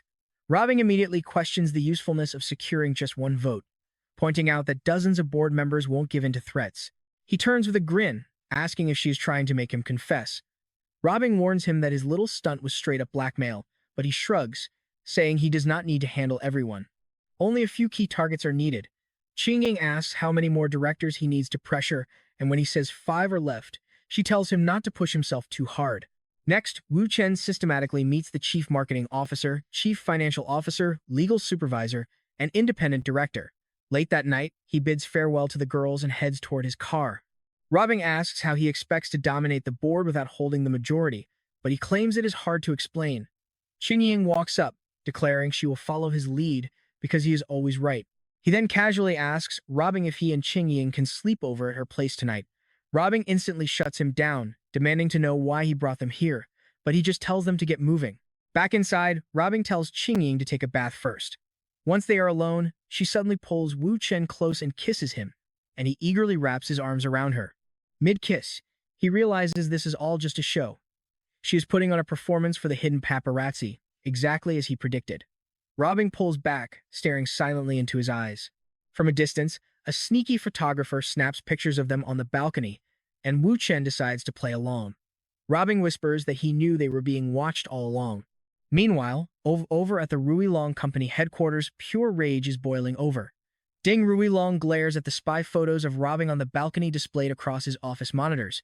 Furious, he screams Wu Chen's name, deciding the guy has to die. Summoning his top assassin, Jiang Chuan, Ruilong orders him to hunt down Wu Chen and put him down in the most brutal way imaginable. Jiang Chuan asks for 5 days to get the job done, but his boss demands it finished in just 3. Accepting the tight deadline, he heads out. The next morning, Wu Chen wakes up Qingying. She groans about not getting enough sleep, but he tells her she can rest after work, asking if she remembers his lessons. Qingying nods, fully aware today will decide her entire future. Moments later, Robin arrives at the door to drive Qingying to work. Upon reaching the building, Qingying is swarmed by curious colleagues but calmly tells everyone to save their chatter for the conference room. After saying goodbye to Robin, the executive meeting starts at 10 in the morning, and someone is already screaming at Qingying. Her mother furiously demands they fire their security staff, threatening to call the entire board. Qingying stands up tall, reminding them that, as executive vice president, she has the absolute authority to call a board meeting herself. An executive speaks up, confirming her power to fire the security team without any board approval. Slamming her hands on the table, the mother demands a real reason, asking what the men could have possibly done wrong. She screams that the company cannot handle the lawsuits. But trust me, you and I are about to see her drop a massive truth bomb. All right, you and I are diving into a major robbery from 5 years ago at the group's flagship store. That single heist tanked their stock prices, slashing the company's total value down to a mere 40 billion. Shinji demands that the security director, Joe Da, take the fall to prove the company is actually serious about fixing their security issues. Firing him is the only way to save their stock, she argues, completely shocking everyone in the room with this sudden, aggressive move. Her mother agrees to dump Joe Da, but asks if Yang Kuo will also take the blame. Shinji fires back that since he already left the company, there is zero reason to target him. The mother scoffs, pointing out that Yang Kuo is just her daughter's personal bodyguard. Suddenly, she realizes Shinji is just using this whole thing as an excuse to rebel. Furious, the mother orders an emergency board meeting for 3 o'clock that afternoon. Meanwhile, over at Symphony Fashion, Lee Robing asks Wu Chen why he is not stepping in, but he insists on just watching for now. When she asks what he is sketching, Wu Chen smiles, saying, "I am drawing you." He knows Ding Rui Long is making a move, meaning it is time for him to act too. Smiling at the table, Lee Robing asks what he is doing, and Wu Chen says he just wanted to sketch her. She sighs, saying she is way too busy with work to pose as a model. He just tells her to keep working and pretend he is not even there. Just then, a notification pops up on his phone showing a chat group with someone very close to Ding Rui Long. They are all talking about a certain Professor Xingchen, while Wu Chen keeps sketching. He snaps a quick photo of the sketch on his phone and drops it into the group chat, casually claiming he is working on a new masterpiece. Now watch closely here. Wu Chen keeps a close eye on the screen, waiting for his target to pop up. A moment later, he smiles. The bait has finally been taken. Turns out, a woman in that group is Ding Rui Long's former colleague, and they share a secret 14-year-old daughter. Suddenly, this woman starts typing a message in the art group chat. She asks Professor Xingchen to grade her daughter's artwork. After he praises her talent, she asks if he lives in Shanghai, making Wu Chen realize that hooking his target was way. All right, you and I are about to dive into a story where tutoring turns into a high-stakes trap. The target offers 2,000 yen per lesson, but our professor hesitates, playing hard to get. She agrees to wait 24 hours for his call. Meanwhile, Wu Chen checks his phone with a dark smirk, declaring his master plan is running smoothly. Now, it is time to snare his prey. He knows she will head to Donghai, falling right into his hands as the ultimate weapon to take down Ding Riong. Saying a quick goodbye to Li Rowing, he slips away to handle business. As he walks away, he mutters that this mother and daughter are just the opening act of what is coming. Then on his phone, Wu Chen drops a bombshell, revealing he is a double agent. The person on the line quickly plays dumb, claiming ignorance. But once he threatens to go after Liu Wei, the contact immediately changes their tune and begs to talk. Now watch closely as the trap springs. He schedules a meeting for 3 in the afternoon, and over at Jinfu Group, the boardroom doors shut. The real game is about to begin. The tense board meeting kicks off as Qingying's mother takes the floor. She tells the directors that this urgent gathering is meant to address a minor issue that has suddenly spiraled out of hand. Glaring at her daughter, she announces that while anyone can speak up, she expects rock-solid logic from anyone foolish enough to stand against her today. One director sighs in relief, admitting he luckily knew about this beforehand, or adapting to this sudden shift would have been nearly impossible. The matriarch mockingly praises Qingying's bold stance before instantly shooting her proposal down as completely unrealistic. She claims firing a loyal veteran like Zhou Da is a massive mistake, and the directors nod in agreement. Backed by the room, she warns that forcing this firing would invite massive legal and financial risks. Once again, the board murmurs in total agreement. But here's where she takes a massive gamble. Pay attention. Qingying calls for a direct vote, and a hand slowly rises, shocking every single person in the room. Suddenly, hands shoot up across the table. One onlooker realizes even power players like Yao Hong, Chang He, Sun Ha, and Wan Wenchang are voting yes. Even Chenlei backs the young lady. Whirling on Chenlei, the furious mother demands an explanation, reminding the traitor that she was the one who got her promoted in the first place. Qingying coldly tells her mother to stop manipulating the vote and let the process continue. The matriarch bristles with rage, while the other board members exchange incredibly tense glances. In a quick flashback, Wu Chen reminds her that fence-sitters just need a quick show of dominance to fall in line. Back in reality, she knows she has to push even harder. Qingying asks who else will stand with her. Instantly, Tang Dang, the trusted brother of Su Riwin, raises his hand, declaring that the girl has finally grown up and her mother needs to face reality. The mother slams the table with a furious shriek, calling it absolute madness. She sneers that Qingying only has 9 votes, which is not a majority, daring anyone else to oppose her and old Su. But everyone knows Qingying is now just one single vote away from a winning majority. We flash back again to Wu Chen, who warns her that the final strike is all about perfect timing. Standing tall, Qingying boldly asks her mother if she really wants to keep doing this. The older woman snaps back, declaring she still has total control over her. Qingying fires back, demanding to know if this is really about family honor or if they are just going to keep being the town laughingstock. She warns that if her proposal fails, the Su family will split into warring factions. Trust me, you and I need to see how this power struggle ends. Alright, you and I are about to dive into some serious high-stakes family drama. With shares crashing and bankruptcy looming, the old matriarch gives up on her family and walks out. Stepping up to the table, Qingying asks, "Who stands with me and who is against me?" Instantly, every single hand goes up, a unanimous victory. Sugiying shuts down the meeting, declaring a brand new era for the Su family and Jinfu group. Meanwhile, in his car, Wu Chen gets a sudden invite and wonders if Chief Lu is behind this. The sender confirms he needs help, so Wu Chen agrees to meet up at the Western Ufu residence ahead of schedule. Upon arrival, he gets a very warm welcome from Chief Lu. Pointing to his head, the old man groans about his first love. She literally threw a cup at his face and kicked him straight out. Now check this out, he begs for help to win them back, but when Wu Chen tries to calm him down, Chief Lu panics, screaming that his son's future is at stake. Sitting down, Wu Chen pours some hot tea and asks what happened.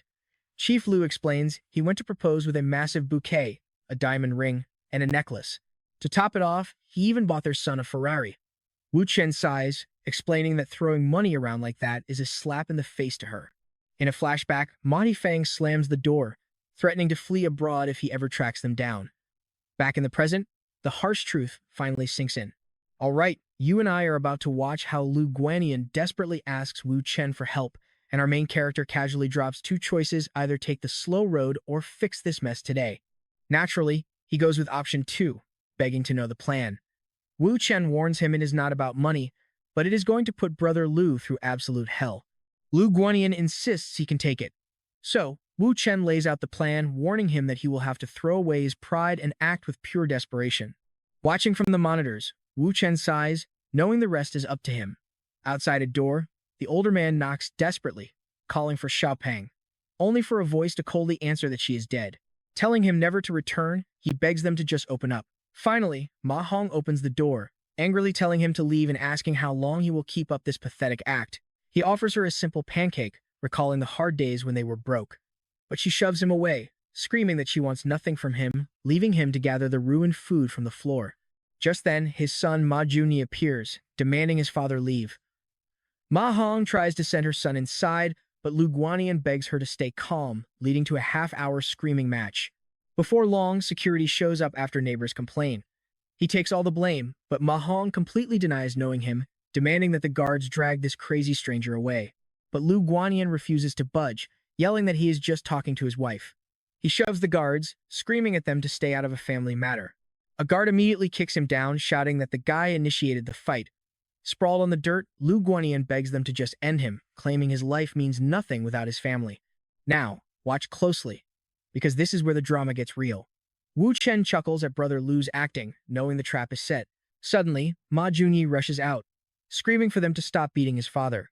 The kid stands ready to fight back, while Ma Hong screams for everyone to stop. She rushes to the battered Lu Guanyin, weeping as she pulls him up from the ground. Backstage, Wu Chen praises the actors for their stellar performance, seeing his plan succeed flawlessly. The fake security guards even laugh, eager to help out again now that they have got some experience. Seeing brother Lu's injuries, Wu Chen knows his intervention is over. The man can easily handle the rest of this reconciliation on his own. Smiling, he decides it is time to focus on his actual business. Getting into his car, Wu Chen takes a call from an associate who is running late, asking what they plan to do now. The caller bluntly tells him to just send a message when he gets there. Soon, Wu Chen pulls up to the Shua Cafe, located right in the Dongchang district. Walking inside, he offers a quick apology for the delay. Surrounded by bodyguards, the double agent Meng Junhao sneers, asking if he was the caller. Wu Chen nods, asking if he really wants his goons overhearing their dirty laundry.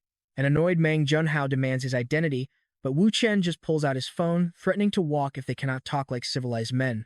But as soon as he hears the voice on the line, Meng Junhao recognizes Li Ruotai and realizes this kid is the infamous Wu Chen. On the speaker, Wu Chen tells Li Ruotai that a massive traitor is standing right next to him.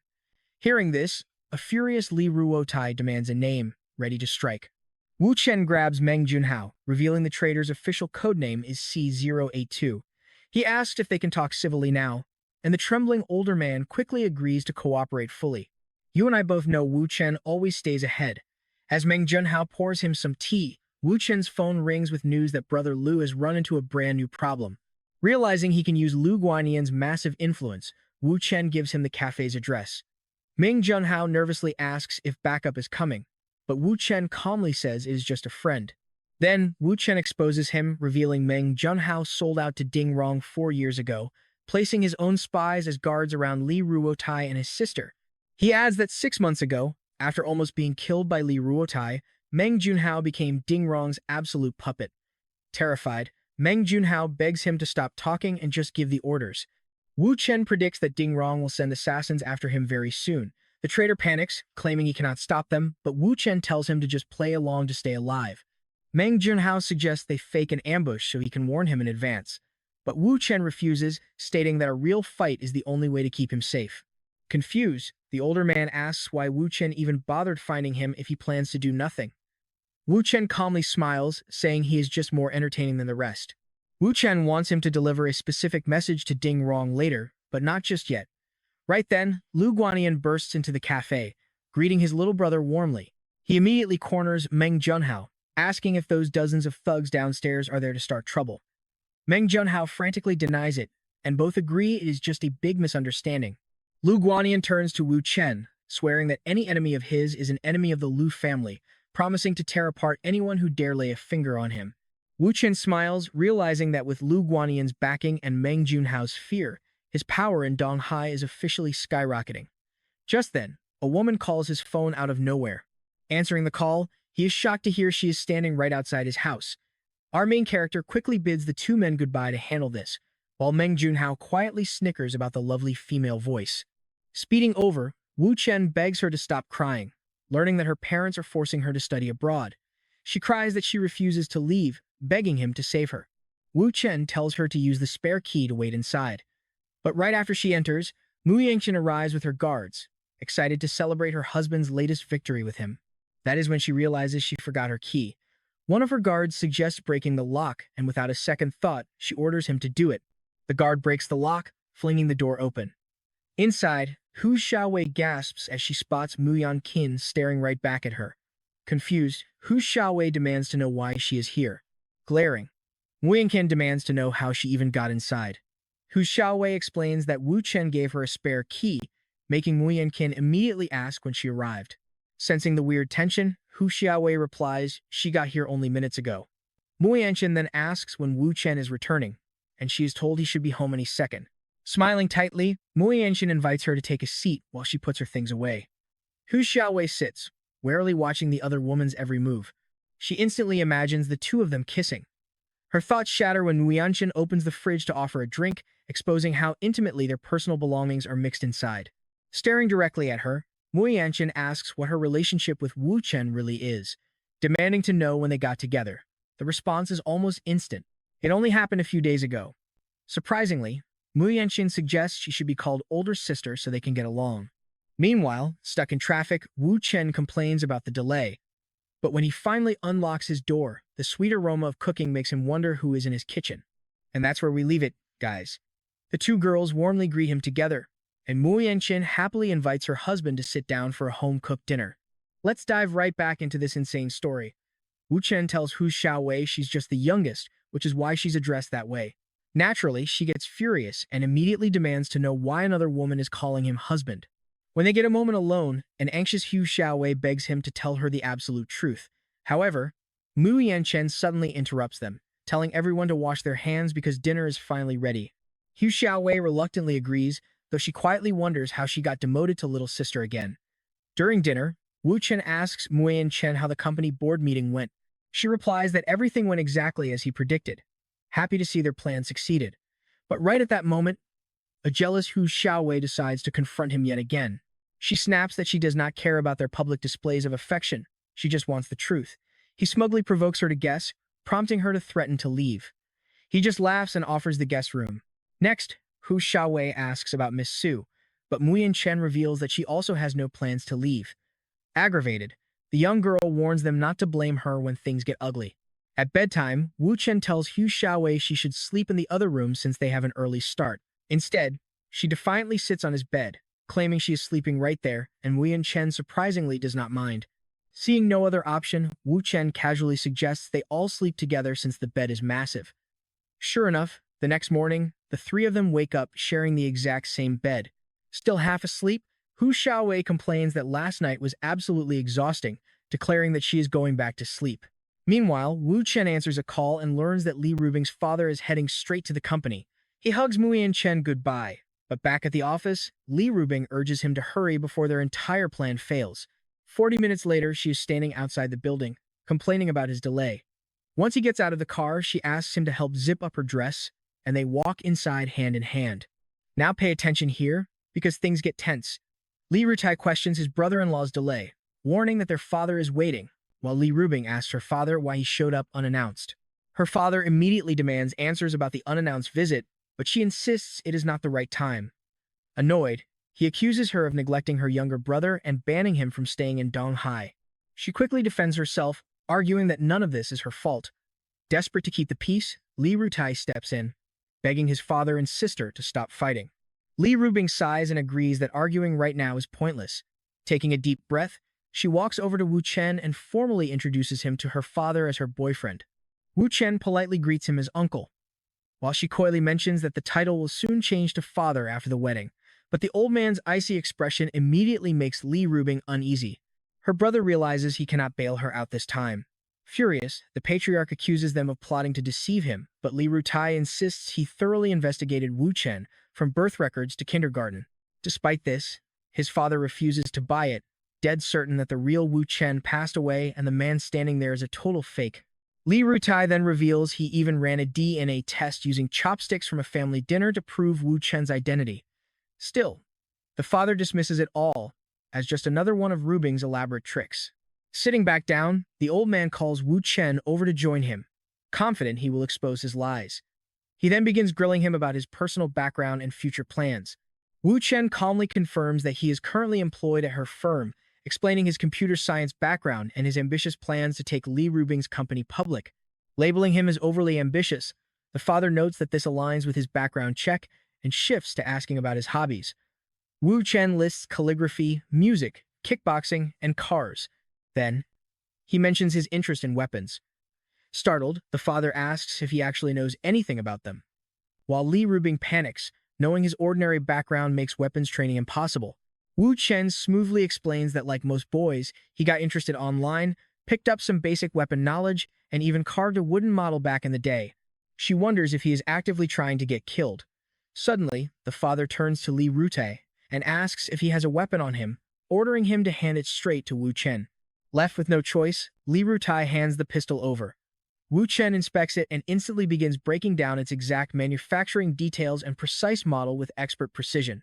He casually pops the magazine, letting the bullets spill across the table, coolly confirming his prediction that there were exactly 6 rounds loaded inside the gun.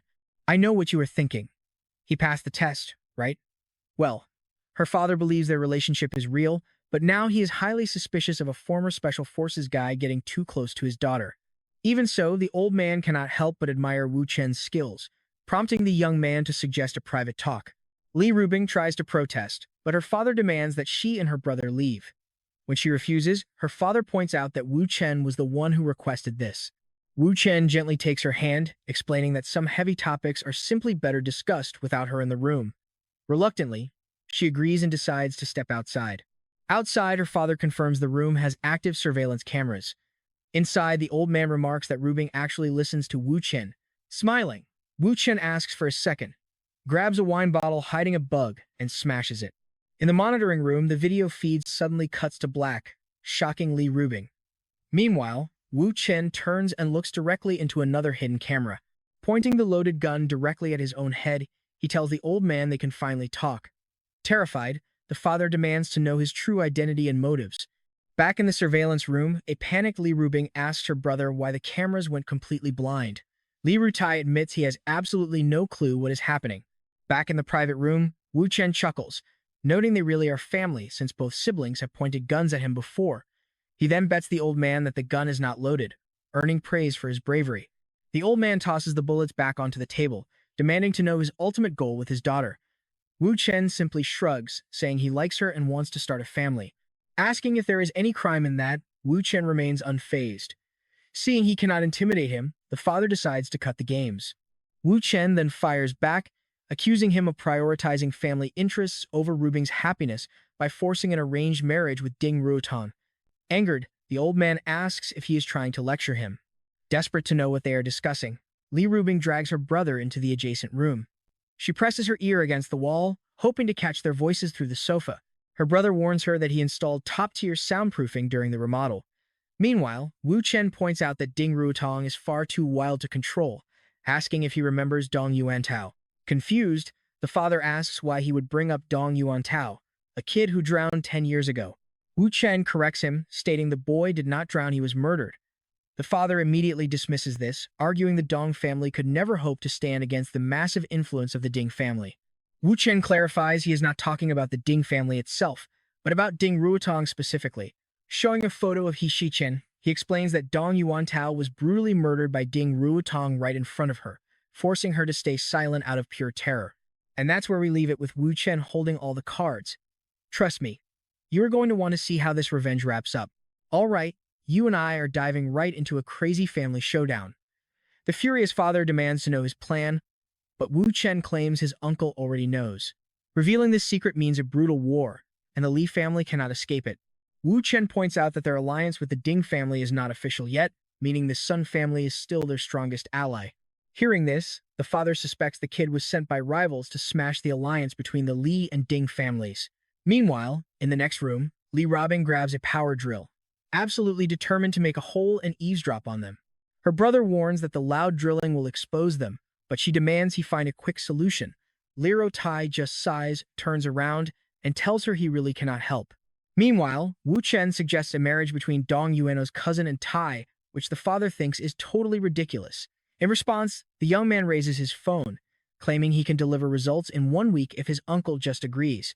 The older man realizes he is deadly serious, but hesitates, thinking it is way too early to marry into the Dong family. So, he tells Wu Chen to wait, making it clear that the timing is wrong. Then, he demands to know his true objective. Wu Chen replies bluntly, saying he wants Ding Rong dead. He tried to take my woman, making this a literal matter of life or death. He stresses again that Ding Ruong must die. Shaken, the father asks if he also possesses dangerous dirt on the powerful Wei family. Wu Chen confirms it, offering to share everything if his uncle leaves him alone in Donghai for 6 months. 2 hours later, Li Robing is ready to attack the wall with a tiny shovel. Suddenly, her brother runs in to report that their father and brother-in-law have already left the office. They both rush outside, where she approaches Wu Chen, asking if the top-secret chat is finally over.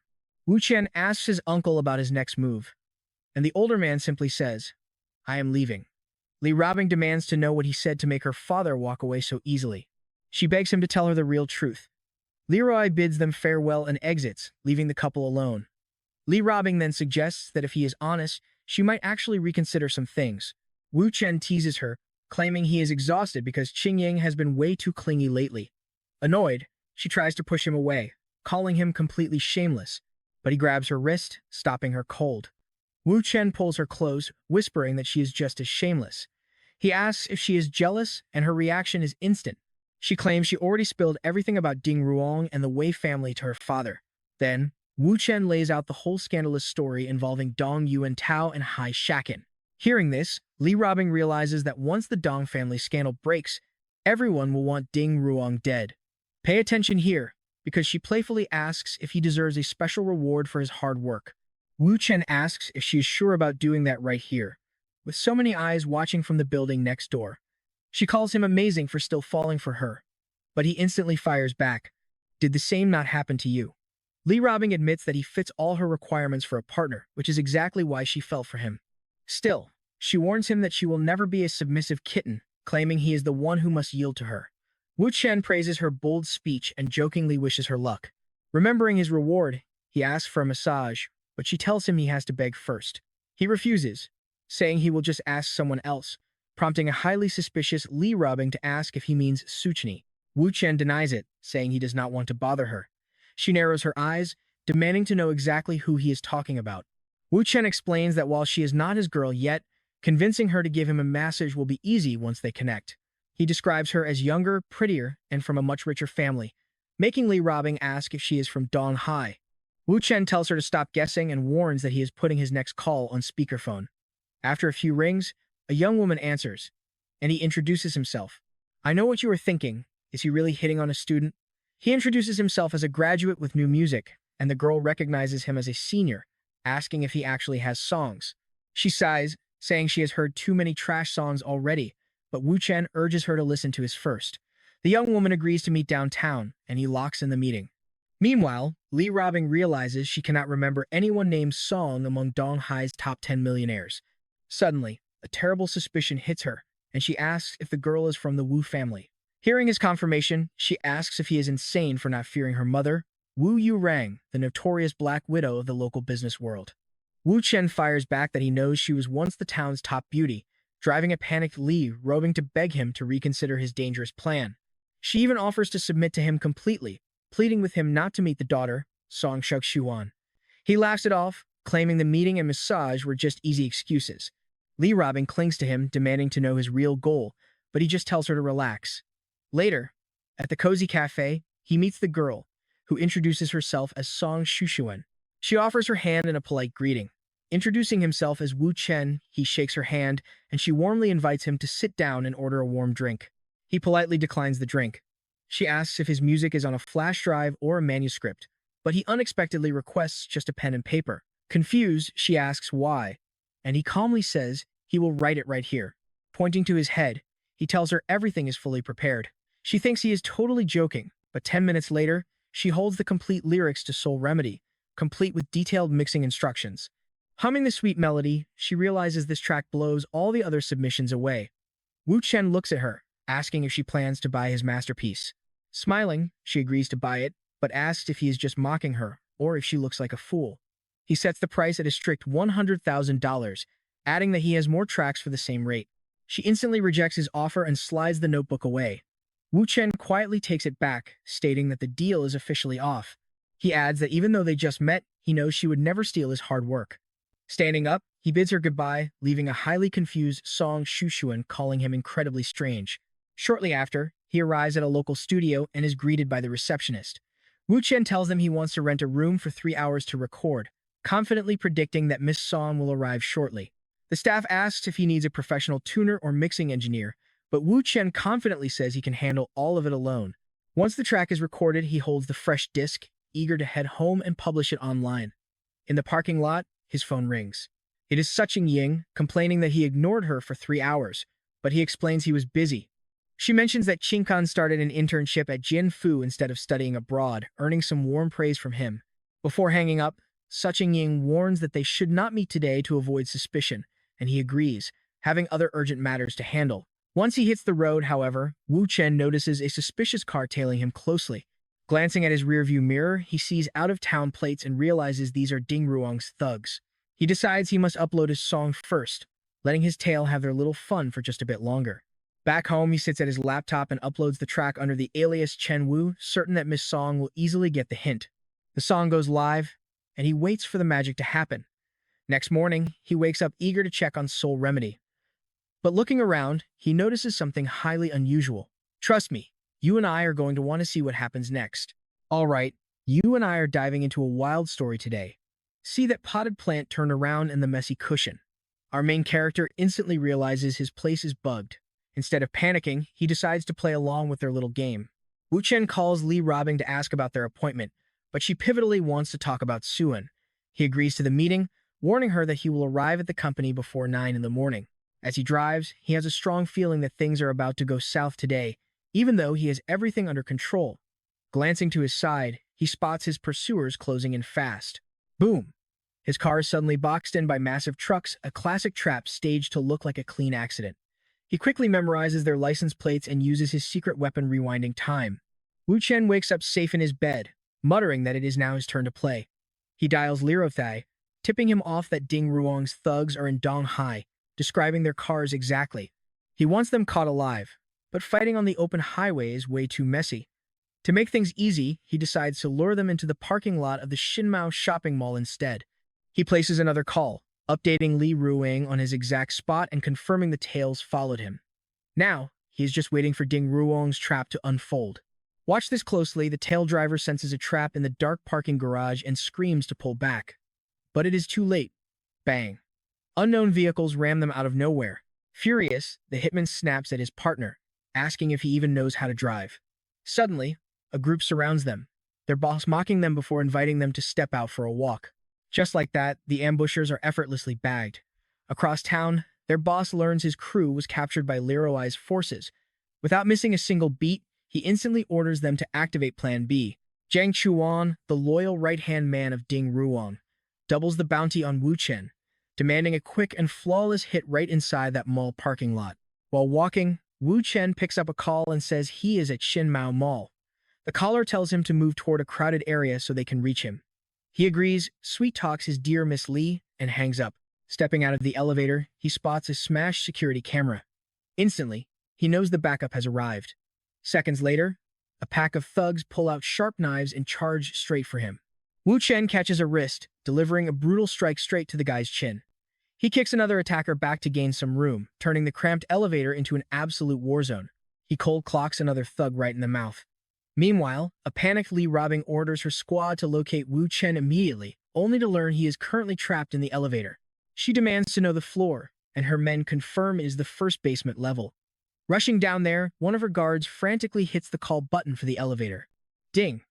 The doors slide open to reveal Wu Chen standing tall over a heap of groaning thugs. Li Robing and her crew stare in absolute shock as she calls out his name. He casually smiles, calling her his dear Miss Li. She instantly sprints into his arms. When he jokingly warns her about staining her dress, she frantically tells him they must rush to the hospital. Completely unfazed, he just asks why. Horrified, she points at the blood splattered all over him, asking if he even knows where he is wounded. Wu Chen laughs it off, teasing her for checking him out. She is stunned to find he took down 6 armed hitmen without getting a single scratch. He sighs, saying all he needs now is a warm bath. But first, he grabs a phone off a fallen thug, snaps a smug selfie with the knocked-out guys in the background, and hits send. Instantly, the phone rings. It is Jiang Chuan calling to check on his crew. Wu Chen picks up and asks if he liked the picture. He tells Jiang Chuan to show that photo to Ding Ruang as a warning that his final days are officially numbered. He hands the phone to one of Leroy's men, telling them to call an ambulance for these guys. Leaning on her, Wu Chen announces he is leaving Donghai for 2 days to head south. Leroy asks if he is off to eliminate Ding Ruang. Kissing her softly, he begs her not to leave. He pulls back and suggests they go home to clean up before finishing this conversation. I know what you're thinking. Are we switching gears now? Yep. At a nearby house, 2 girls stare at a computer in disbelief. One notes that the #1 song this week is amazing. Suan realizes that this mega-viral hit, boasting over 4,000 comments, is actually Soul Remedy, written by her senior, Wu Chen. While her friend laughs off the old-school handwritten sheet music, Song decides she needs to confirm the truth directly. She heads out to the balcony to give Wu Chen a call. Right then, Li Robing sees his phone buzz, instantly suspecting Ding Ruang is back up to no good. She picks up, coldly asking if they want to die. Stunned, Suan asks if this is Senior Wu Chen's number. She nervously explains she called about a song. Li Robing sharply demands to know what song she is talking about. To smooth things over, the young caller claims she is his girlfriend, wanting to clear up a misunderstanding. The name song, combined with the fake apology, instantly triggers Li Robing's suspicions. Meanwhile, Suan finds it extremely weird that his supposed girlfriend has absolutely no clue about his hit song. Annoyed, Leroy barks back, asking if she is being interrogated before slamming the phone down. She marches over, knocks on the bathroom door, and yells that his junior is calling him. Wu Chen takes the phone, calmly agreeing to meet up with Miss Song. After hanging up, he tells Li Robing that the girl simply wants to buy his music. She teases him about his hidden musical talent, but he just smiles, pointing out he is still mid-bath. After a passionate kiss, she asks what else he is good at. He warns her she's playing with fire. Suddenly, her own phone rings, making her wonder who is calling so late. She glances down and sees Ding Ruang's caller ID. Wu Chen tells her to answer it while he grabs a towel. On the line, the villain tries to make excuses, but she cuts him off, mocking his useless men. Perched on Wu Chen's lap, she giggles and calls the guy an absolute idiot. He lightly pinches her, scolding her for being playful, prompting her to whine that it actually hurt. Through the receiver, Ding Ruang overhears their breathless, playful banter, utterly humiliated. Wu Chen takes the phone, asking if he realizes his mistake, adding that a heavy punishment is coming. Leroing Playful begs him not to punish her. She notes that the villain hung up, likely smashing his phone in rage. Wu Chen chuckles, saying that's too easy, making her curious about his real plans. Holding his hands up, he tells her the choice is entirely hers. He mentions he is meeting Wu Yurong later, asking her to back him up if anyone calls to check on him. Leroing asks if he was supposed to meet Suan instead. Wu Chen explains that he will handle both. Meeting Wu Yurong is more of an obligation that he simply has to get out of the way today. Leroy bursts into the room, calling out to his sister and brother-in-law. He deeply apologizes to Wu Chen, taking full blame for the security slip and promising it will never happen again. Li Robing instantly shuts him down, warning that she knows his reckless thoughts and forbids him from acting out. But her hot-headed brother argues that Wu Chen got lucky, swearing that Ding Ruang needs to be put in a coffin. Sighing, she asks Wu Chen to talk some sense into him. Turning to Leroy, Wu Chen asks if the captive leader they spared is still breathing and ready to talk. Once confirmed, Wu Chen prepares to interrogate the guy. Leroy eagerly begs to tag along, and Wu Chen agrees, but only under one strict condition: no rash moves. He agrees as long as Ding Ruang dies. Wu Chen tells them he has errands to run first. Meanwhile, down on the street, a shady figure snaps photos of him from a parked car. So what do you and I make of this final twist? Entering the cafe, he greets Miss Song. She asks if his family owns a noodle shop, then bizarrely accuses him of selling his hit song to dump his older girlfriend. You and I are starting with him just staring as she offers to help him cash in on his talent. She brags about his song Soul Remedy, saying major companies will beg to sign him. But Wu Chen shuts down any plans of debuting, demanding to know her actual angle. She wants another track, so he sets the price at 10,000. She agrees instantly, even when he demands a massive 50% of all the song profits. Song Xuan agrees, but only if it matches Soul Remedy, and he refunds her if it flops. But the moment she gets the lyrics and reads the title, A Song for You, she realizes this was written just for her. Confirming the cash is sent, Wu Chen says he has other business to handle and takes his leave. Once inside his ride, he smirks. The appetizer is officially served. Now it's time for the main course. Deciding to skip the boring build-up, he slams the gas, weaving through traffic like an absolute maniac. Suddenly, a tailing thug reports they lost the target. The boss demands to know what happened, and the lackey explains that Wu Chen realized he was followed and is heading straight to their headquarters. Intrigued by his boldness, she orders them to bring him to the 16th floor. Moments later, Wu Chen arrives at her door, and a voice beckons him inside. Stepping inside, the guards tell him to come forward. Waiting for him is the powerful CEO of Senlin Group, Wu Yurong, along with her fierce bodyguard, Chu Yan. Now pay attention here. Wu Chen casually asks if this forceful invite was a bit impolite. She fires back, calling him the rude one since she has no idea what he wants. Wu Yurong dismisses her guard, who glares at Wu Chen with a final warning. Left alone, she invites him to sit, demanding to know what his real business is with her daughter. She also asks if Li Robing knows about this. But Wu Chen fires back, asking why she cares so much about a kid fathered by another man. He then exposes her dark past, how she was forced to marry and used to threaten her husband with a knife, even making excuses to avoid him every single morning. He reveals how she turned on her husband's family after Suan's birth. Unfazed, Wu Yurong notes that Suan is already dead and coldly suggests they talk about Xuanyuan instead. She warns him that even though she didn't give birth to the girl, she carries her blood, so he should drop any bad ideas.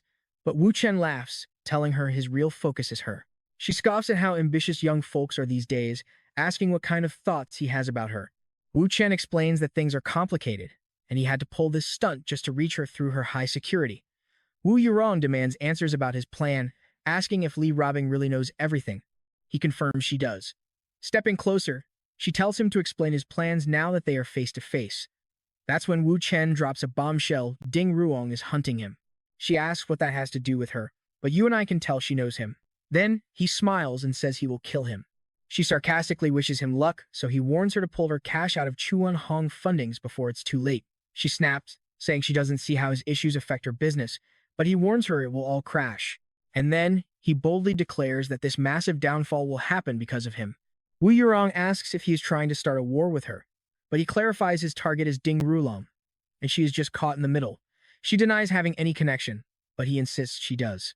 He explains that the main shareholder of Chuan Hang Fundings is Huan Q, who is tied directly to the real owner of Bei Wang Fundings, a man named Ding Wang. They call him Third Master Ding, a heavy hitter in the family's second generation and the third son of Old Master Ding. And as a final blow, he is also Ding Ruong's third uncle. Even then, she claims she has no ties to Ding Weifeng of Beiwang Fundings. Realizing she doesn't grasp how deep the bond between Huo Wanqiu and the Dings runs, he warns her that their downfall will ruin her too. Shocked by his audacity, she asks if he is actually planning to wage war against the mighty Ding family. He wonders how Li Rubing's boyfriend could face them alone, revealing he came to help because Rubing respects her. Hearing her name, Wu Yurong decides to verify his wild claims right then and there. She immediately calls Chief Li, who picks up on the first ring.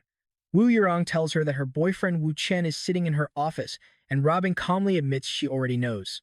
She asks if Chief Li knows he is picking a fight with the Dings. After getting a yes, she presses further, demanding to know if the powerful Li family is the one backing his insane move. But Rubing reveals he spoke directly with her father, causing her to hang up in shock. Turning to Wu Chen, she pours him a drink, suggesting they relax after such an intense talk. He thanks her and takes the wine.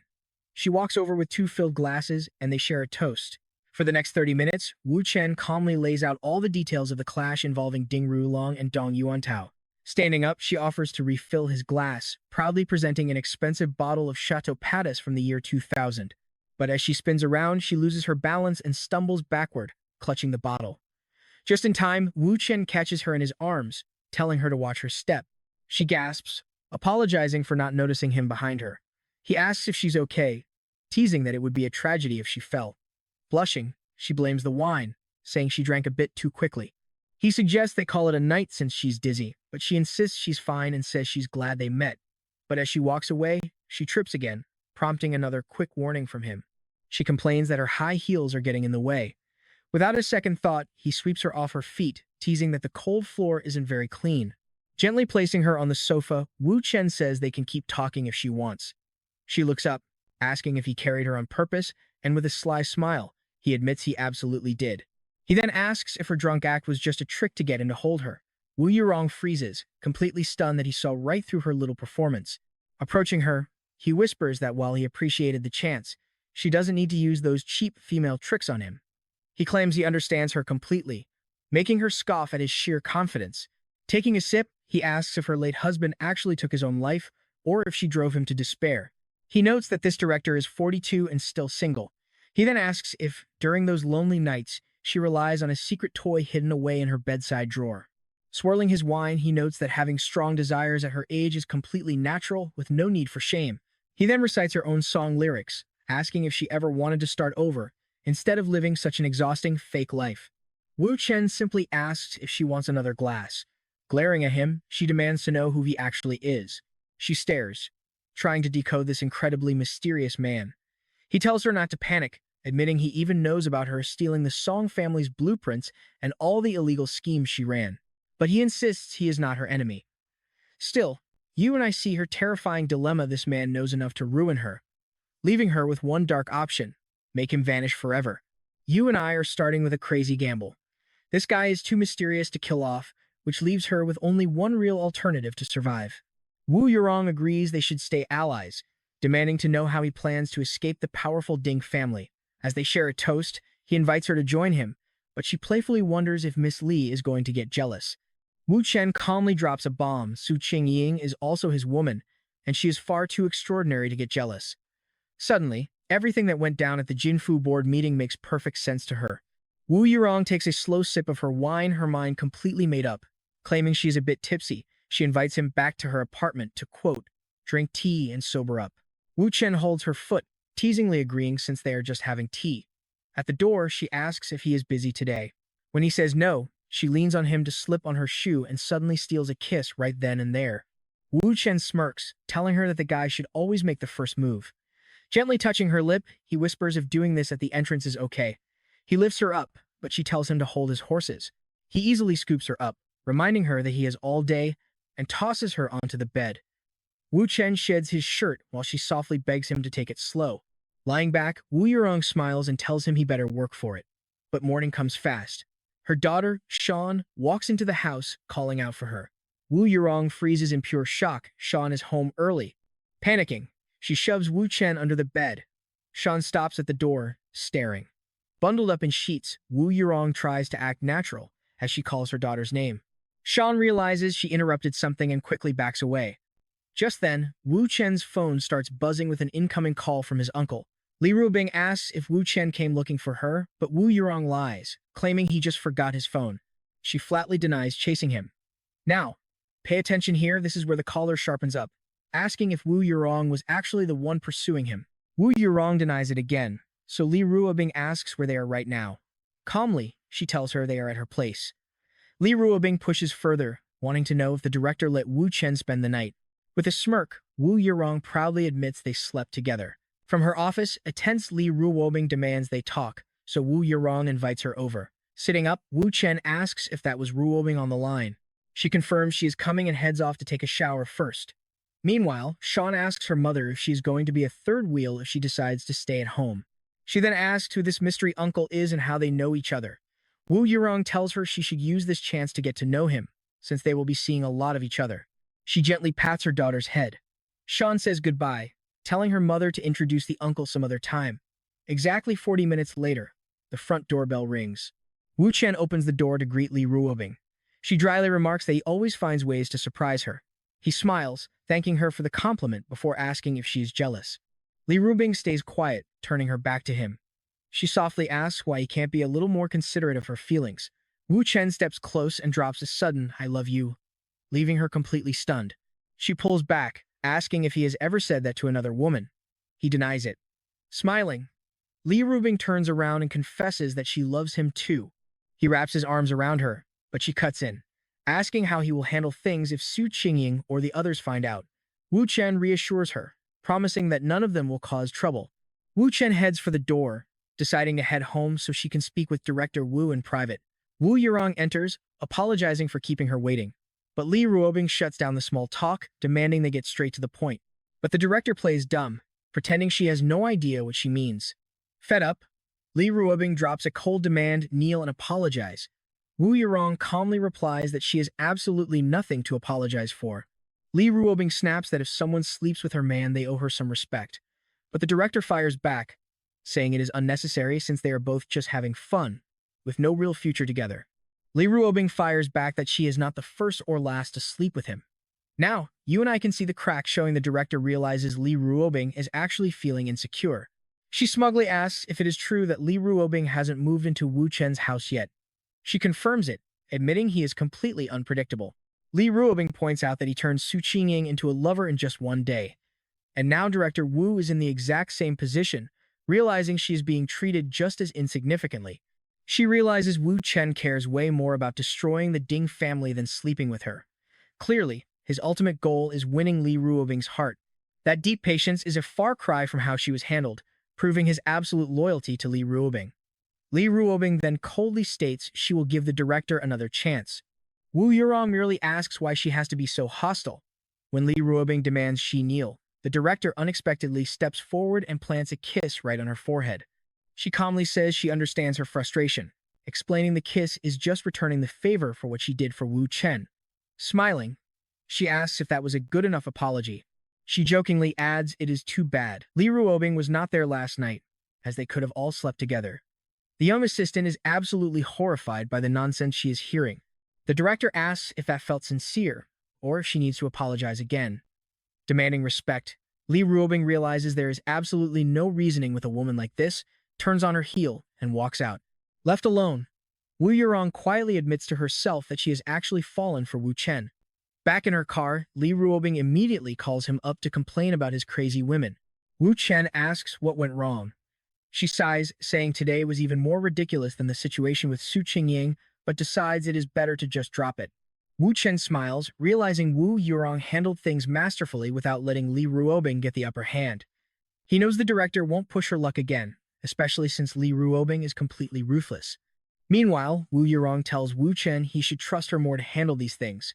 Right then, he gets an urgent call from Liu Ye, who screams that something terrible has happened. Inside a tense hospital room, Liu Thai confronts a heavily bandaged Ding Rulong for making moves on his turf. He roars at him, furious that he dared to scheme against his brother-in-law. Furious, he grabs him by the collar, demanding to know who else is hiding in Donghai and what their master plan is. The silent hostage refuses to talk, prompting Liu Thai to draw a gun right to his head. threatening to blow his brains out. One of his men quickly begs him to chill, reminding him that Brother Chen is already on his way. Liu Tai sighs, realizing he has a point, and lights a cigarette. He tells his guys to step outside to smoke so they do not scare the poor patient. But when they turn around, the hospital bed is completely empty. He rages at the empty room while the nurse reveals the patient broke out. Suddenly, a henchman points straight to the open window. He looks out, stunned that a badly injured guy had the strength to slide down a steel pipe and flee. He calls Wu Chen to report the escape, promising they will track him down. But Wu Chen is instantly suspicious.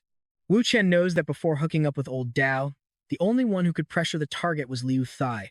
The nervous ally tries to stammer out an excuse, but Wu Chen cuts him off, stating he already knows the truth and will handle the hunt himself. As his ally wonders why he got cut off, Wu Chen puts on a cap. Trust me, you and I are about to see him hunt down old Dao at his final hiding spot. You and I are jumping right into a high-stakes hunt as Wu Chen gets into his car, absolutely sure that old Dao cannot escape. Outside, the sign reads, 2nd Shinmen Street in the Western District. Pulling up to the curb, Wu Chen walks right up to a door plastered in flyers. This is one of Ding Ruong's secret safe houses. Dusty cigarette butts scattered on the floor prove the hideout has been empty. He grabs the key hidden inside the outdoor electrical box, entering the apartment. He knows the fugitive will need clean clothes and won't make it in time. Inside, the place is fully furnished and surprisingly cozy. Wu Chen notices there is zero dust here, concluding that someone must clean the apartment regularly. They set it up perfectly to make it look lived in. But as he searches the room, he spots something hidden right under a seat cushion. It is a coded briefcase. He cracks the password, and it clicks open. Inside, he finds documents, cash, and his cell phone. Tucked in another compartment is a loaded pistol. He smiles, knowing old Dao cannot afford to leave these behind and will definitely show up. Dialing a contact, Wu Chen orders him to send an ambulance to 2nd Shinmen Street in the Western District. Right at that exact second, the front door clicks open. A masked man in a cap slips inside, sighing that he is finally safe. But the moment he spots the gun on the table, he realizes he is not alone and lunges with a knife. Wu Chen blocks him instantly, asking why he is pushing things this far. The attacker struggles to force the blade forward, but the young man easily overpowers and restrains him. That is when the assailant recognizes Wu Chen. He knows he stands absolutely zero chance of winning, especially while heavily wounded. Wu Chen calms him down, saying, "If I wanted you dead, I would have finished you in the elevator." He then adds that an ambulance is already on the way. Seeing no fight, the man looks for a chance to run. But Wu Chen casually sits down and asks, does Ma Lingshan really not want to talk? He reveals that at age 21, the man faked his death, tricked the cops, and changed names 4 times to become Liu Yundao. Ma Lingshan is stunned, wondering how on earth Wu Chen dug up his legally dead past. This means Wu Chen knows everything about his parents and his 2 sisters. Terrified for them, he tightens his grip on the knife, ready to fight to the absolute death for his family. Wu Chen nods, agreeing that protecting family is a man's ultimate duty. He then slides the loaded gun across the table, calmly offering to give old Dao one fair shot. Ma Lingshan grabs the gun and aims it. Here is where the tension gets insane as Wu Chen tells him to shoot, suggesting the weapon might even be empty. Smiling calmly, he asks, is old Dao willing to bet? Ma Lingshan realizes this terrifying gamble is his only choice. He knows that pulling a weapon on a monster like Wu Chen is basically signing his own death warrant. Looking perfectly relaxed, Wu Chen asks if he really thinks he would hesitate to pull the trigger. He claims he is not betting at all, promising that he hasn't shared his secrets with a single soul. The gunman growls that mind games won't save him, but Wu Chen calmly insists he just wants to have an honest talk. Ma Lingshan asks what they could possibly discuss, making it clear he won't betray the powerful Ding family. But Wu Chen drops a massive bomb, revealing he knows Ding Ruong ordered the execution of Wang Ruida. Smiling subtly, he adds that Ding Ruong also murdered Angun. The name hits hard, as Ma Lingshan remembers Angun was a key player in the Golden Flower Syndicate. He remembers the syndicate leader's nephew died mysteriously 5 years ago, with the killer never found. Wu Chen explains that solving this is his life's biggest goal, and it is also Ding Ruong's second big advantage. Even so, Ma Lingshan accuses him of using fake news to trick him into betraying the Ding family. He raises the gun right at Wu Chen, declaring there is absolutely nothing left to talk about. He presses the cold metal barrel directly against Wu Chen's forehead. Pulling out a thick cloth, Ma Lingshan asks if the young man has any final words. He wraps the gun in cloth and pulls the trigger, whispering a final farewell, but Wu Chen does not even flinch, keeping that same unnerving smile on his face. Shaken, Ma Lingshan demands to know why he did not show a single speck of fear with a gun to his head. Wu Chen simply says he knew he wouldn't shoot. Defeated, the assassin removes his mask and lowers the weapon. You and I can see Wu Chen's gamble paid off, so he offers to trust him and share the evidence. Shocked by this reveal, Ma Lingshan takes a seat as invited. Pulling out his phone, Wu Chen explains that Ma Lingshan must trick someone to uncover the hidden truth. The assassin just stares back at him, utterly confused. Wu Chen instructs him to call Jiang Chuan and lie about trying to take Lero Bing hostage. He agrees, reporting over the phone that she is unharmed. But the voice on the other end instantly explodes with rage. The voice screams, "You touched Lero Bing." Ma Lingshan quickly defends himself, arguing that he did it purely to save his own life. He reminds Master Jiang that he has been cleaning up the Ding family's messes and covering up their murder of Angun from day one. On the other end, Jiang Chuan is completely horrified that this dark secret is out. Suddenly, Wu Chen snatches the phone from his hand and speaks directly to Jiang Chuan. Flabbergasted, Jiang Chuan demands to know why the young man is with old Dao. Wu Chen dodges, asking if Ding Ruong is supposed to be visiting the old master in South Guang City. Jiang Chuan reluctantly admits the young master rushed back home for an urgent crisis, which is how Lero Bing got hurt. In that exact split second, the old man panics, realizing this disaster could destroy the alliance between the Ding and Li families, ruining everything. Wu Chen simply wishes him good luck and hangs up. He explains that Jiang Chuan won't warn the Dings, because pawns scheduled to be sacrificed have absolutely zero loyalty. He adds that Jiang Chuan wants to live, especially since he has cash and family stashed abroad. He tells old Dao to ready his men to ambush Jiang Chuan in South Guang City before he can flee the country. Ma Lingshan readily agrees, admitting that working for the backstabbing Dings is no longer worth it, and that he owes Wu Chen a massive favor anyway. Just then, heavy footsteps echo outside. Ma Lingshan wonders what is going on, fearing it is another trap as he glares at Wu Chen. But when the door swings open, his henchman is shocked to find Wu Chen standing inside. Wu Chen politely asks the men to wait downstairs to avoid causing a scene. He then turns back, inviting old Dao to finish their conversation in peace. Later, Ma Lingshan barks orders over his phone to mobilize backup and capture Jiang Chuan immediately. The subordinate on the line hesitates, but Ma Lingshan snaps at him to shut up and just do it. Wu Chen reveals he knows they want Jiang Chuan, only to confirm if Ding Ruorong killed Angun. He explains that 5 years ago, Angun brought several partners into the country to negotiate a major deal. They planned to smuggle jade with Ding Ruorong to climb the ranks of the Golden Flower Syndicate, but the deal was completely rejected. Humiliated by the rejection, Angun resorted to blackmail, trying to force compliance. But that very night, Angun vanished from the face of the earth. Ma Lingshan remains silent, taking in every word. Wu Chen declares his life's biggest regret is finally settled, so he is offering one more massive gift. He places a phone call, calmly announcing that old Dao is his captive, demanding a ransom of $100 million. On the other end, a gray-haired man demands to know who is calling. The young man introduces himself as Wu Chen, casually asking if his reputation precedes him. Wu Chen confirms old Dao failed, but is still breathing. After he lays out his terms, the man counters with 50 million at the border. Trust me, you and I need to see what happens next. All right, you and I are diving into a high-stakes deal. Wu Chen praises the boss's calm demeanor, then casually asks if he wants to know who killed Angun. The man demands the absolute truth.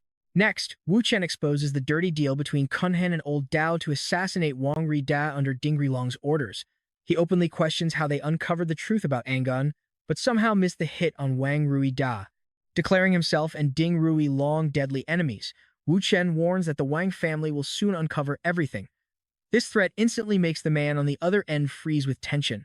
Malingan realizes how serious this is and wonders what kind of gift Wu Chen has in store. Trying to de-escalate, he begs him to calm down, claiming he wouldn't bring up Angun if it was a threat. The man asks if Wu Chen needs his help to crush the Ding family. Refusing any partnership, Wu Chen simply lays out the facts, warning him about the storm the Wang and Li families will unleash. Revealing his true hand, he offers a direct deal to Ma Lingshan. He wants old Dao working for him, promising to keep Jin Hua completely clear of Wang Rua's death. Ma Lingshan deeply ponders the proposal. After a tense silence, the boss agrees to the terms as long as it is all true. Right then, Ma Lingshan realizes with horror that the general has been listening to the entire call. The general confirms he heard every single word. Angrily, he demands to know how they could fail so badly. Ma Lingshan defends himself, explaining that even 6 men combined couldn't stop Wu Chen. Asked if he is being threatened, he replies that he is just tired and wants a fresh start. Wu Chen congratulates him on finally winning his freedom, while Mao Lingshan struggles to find words. Cutting him off, Wu Chen orders him to quietly capture Jiang Chuan, adding that an ambulance is already on the way. They wrap up the call, promising to talk after Mao Shan heals. Wu Chen heads straight home for a nap and is soon fast asleep. But wait, something is moving suspiciously under the blankets right at his feet. Suddenly, Liang crawls out from under the covers. When he asks what she is doing, she whispers that she wants to reward him. Wu Chen leans in, eager to claim that prize.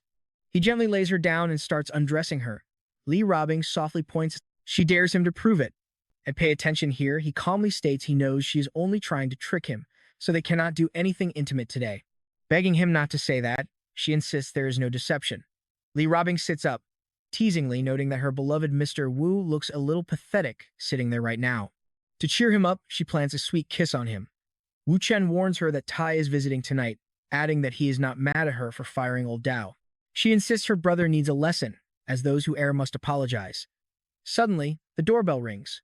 Explaining it is just the guards with groceries, Li Robing says that is enough for now and exits carrying a bag. She quickly pops back in, asking Mr. Wu to point out the kitchen. He shows her the way, curiously asking if Rubing is planning to cook dinner herself. She proudly confirms, promising him a taste of the cooking skills she picked up studying abroad. When he says he already knew she could cook, she replies that some talents never fade. Holding a fresh fish, Li Robing boasts that she is the superior chef and asks if he even knows his way around a stove. Suddenly, the slippery fish flies out of her hands, shattering a plate. She tries to grab the runaway fish, claiming everything is fine. Wu Chen tells her to go change while he handles the mess. Rinsing off in the shower, she sighs, wishing she could have prepared a warm family meal for Tai's arrival. She frets that Wu Chen will resent her brother over old Dao, ultimately blaming the fish for the disaster. Running out of time, she decides to call a professional chef to rescue dinner. However, she freezes when strange cooking noises drift from the kitchen. Walking in, Li Robing is stunned by a fully prepared feast. You and I can probably guess her shock as Wu Chen, wearing an apron, asks what she is staring at. What other hidden talents does he have? Smiling, she snaps a picture of him in action. Li Robing steps closer and asks if he ever cooked like this for such Ying. Wu Chen admits she is the very first woman he has cooked for, excluding his family. Overjoyed, Li Robing hugs and kisses his cheek, reminding him that Tai is coming and they need to finish up. Outside, Li Rutai pulls up, shouting for his brother-in-law. Li Ruing tells him to sit and eat, revealing their brother-in-law cooked everything. Blown away, he takes a bite and declares it the best meal of his life. She warns him to apologize sincerely, without his usual fake, over-the-top acting. Wu Chen feeds a bite to Robing, shocked by the rich flavor. She compares it to Michelin-star dining. He tells Li Rutai to eat up, welcoming both of them back anytime. He tells him not to worry about old Dao. Later, Li Ruing says it is late and they should head to bed. He reminds her she said they could not do anything tonight. Pressing a finger to his lips, Li Robing whispers that they can always find a way. Wu Chen playfully teases her for brushing her teeth so many times, listing her cleanings. Stepping closer, he asks if she is not afraid of overdoing it. Li Robing spits, calls him a shameless scoundrel, and watches him smirk.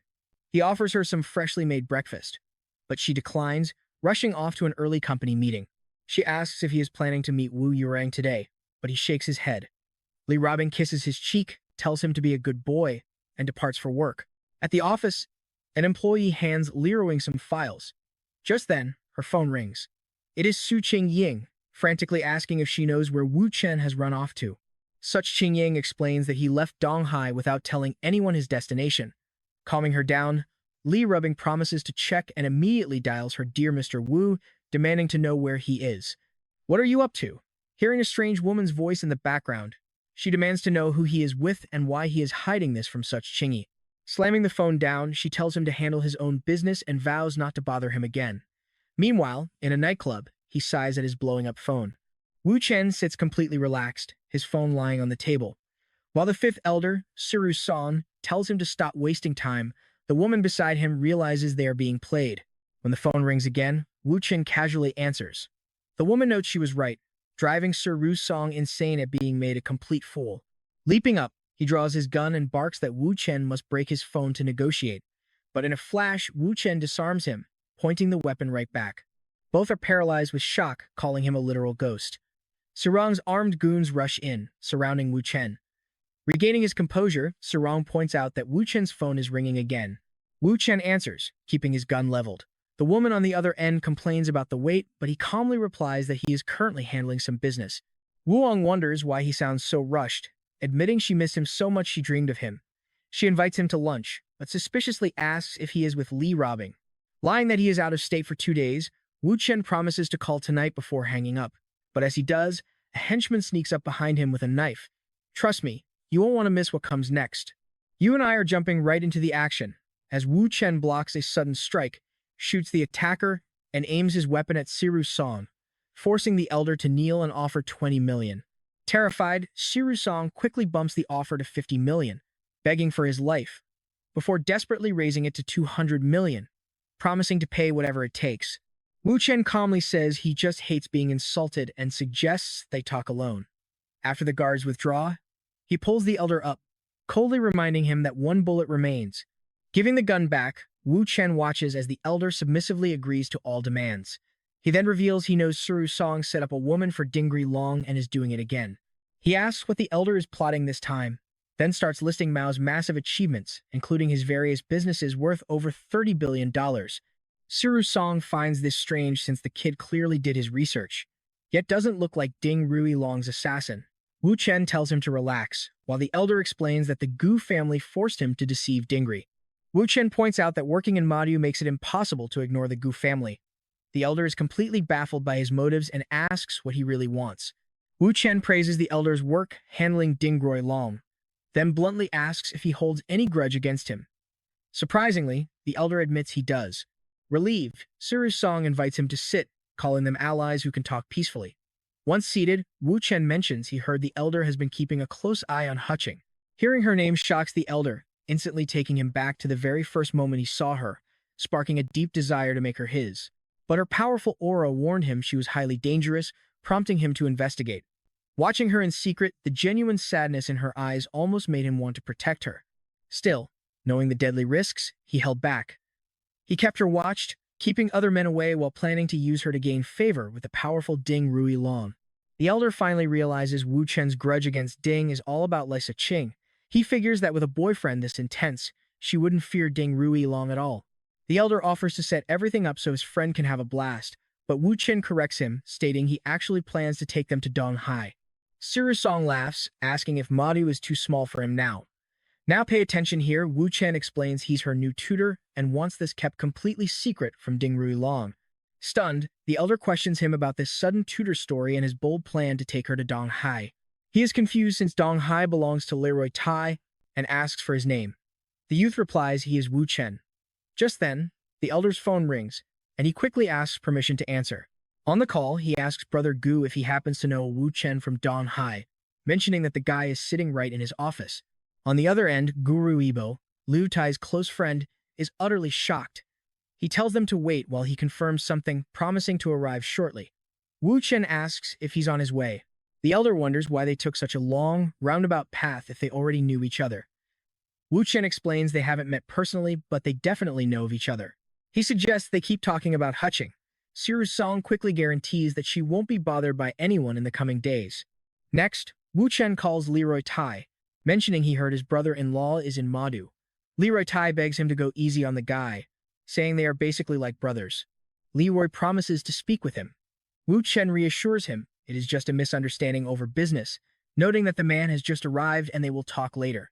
Guru Ibo arrives with his men and stares at Suru Song. Over the phone, Leroy Tai urges Brother Gu to be polite, emphasizing that Wu Chen is his brother-in-law. Okay, I know what you're thinking. Why is Tai so worried? Well, hearing Tai warn him to stay polite and not irritate Wu Chen makes Guru Ibo realize his friend is actually terrified. Shocked by this, Guru Ibo wonders who Wu Chen really is. Leroy Tai warns him never to cross his brother-in-law, telling him not to complain later if things go south.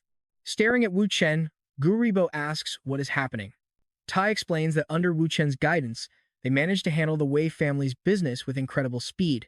He adds that even the powerful Li family couldn't uncover Wu Chen's mysterious past, but an agreement with his father forces him to obey his every command. Guru Ibo approaches Wu Chen warmly, saying Tai has mentioned him countless times.